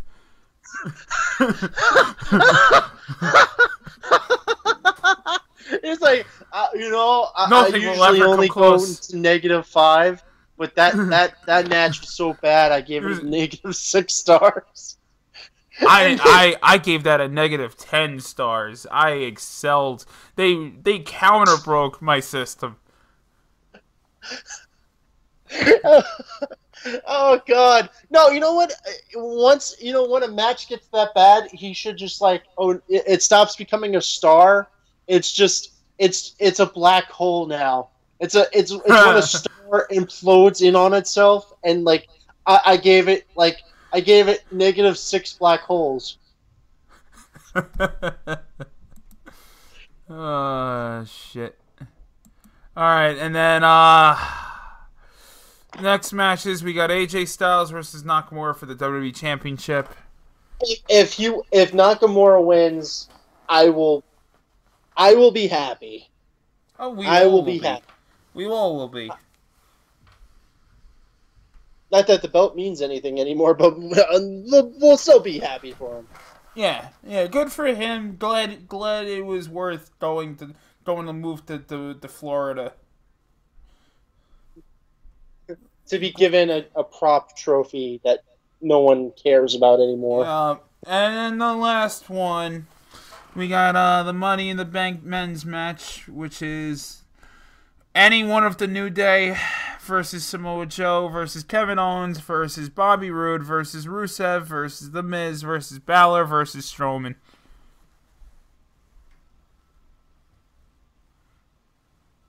I'm gonna count off in the order that I would like to see them win. Okay.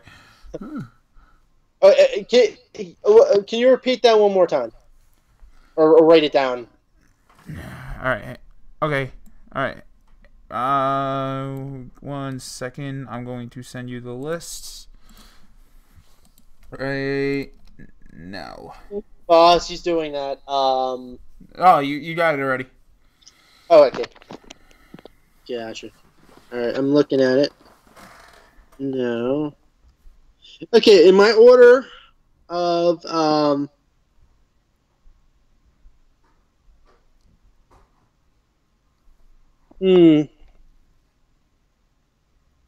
So it's going to be one of the New Day, right?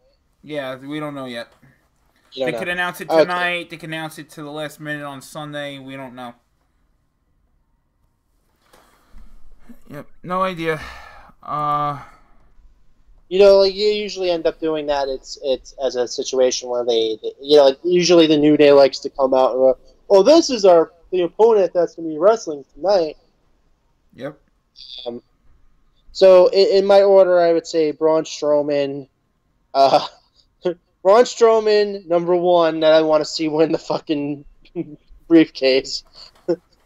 Braun Strowman, Balor, then The Miz, then Rusev, then Kevin Owens. Or actually, no, Samoa Joe, then Kevin Owens, then whoever out of the New Day. You got the same exact list I have. And then Mr. TNA himself. No, I don't even want him to win. There's no list for him. He's sitting home. No, let him win. Let him win. Let the show be bad. Oh yeah, I forgot that's your main goal of today. Yeah, right. Let's let it be bad. And then they can have him wrestle against Randy Orton for the next 6 months. Oh, let them have a 70-minute match. Oh god damn it! I used to like Orton too. Oh my god. Let them I still like 70... Orton, but let them have. Oh. Hey man, I used to be a Kane and a Big Show fan. I don't hear shit.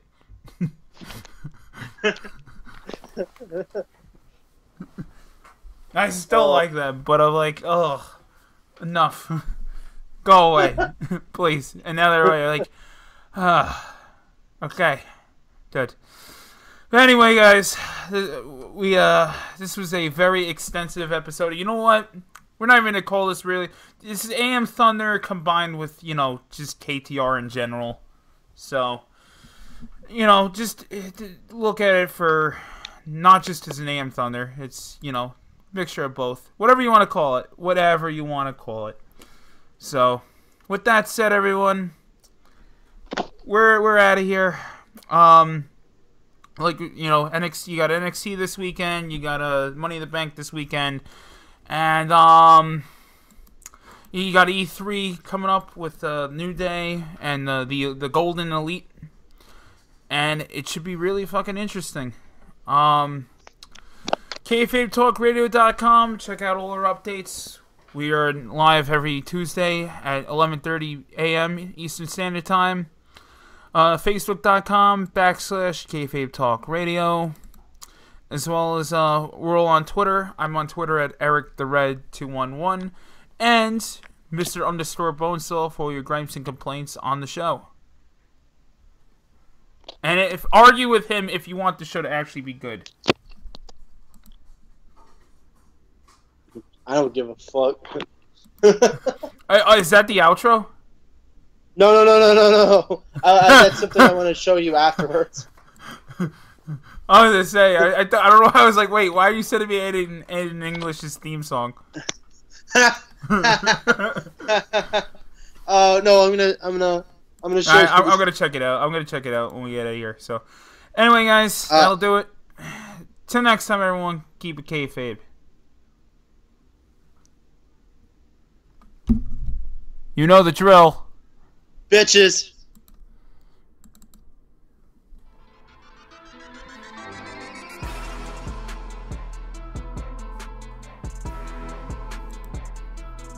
Hey guys, if you're a fan of what you just heard, please go to KFABTalkRadio.com, your official source for everything Kayfabe Talk Radio. You can find our links for iTunes, Stitcher, Facebook, which is Facebook.com/Kayfabe Talk Radio, and our YouTube page. Our YouTube page features all live streams of Kayfabe Talk Radio weekly episodes, AM Thunder, which is our pay-per-view review show, as well as custom-made montages of pro wrestlers, mostly from New Japan Pro Wrestling and Ring of Honor.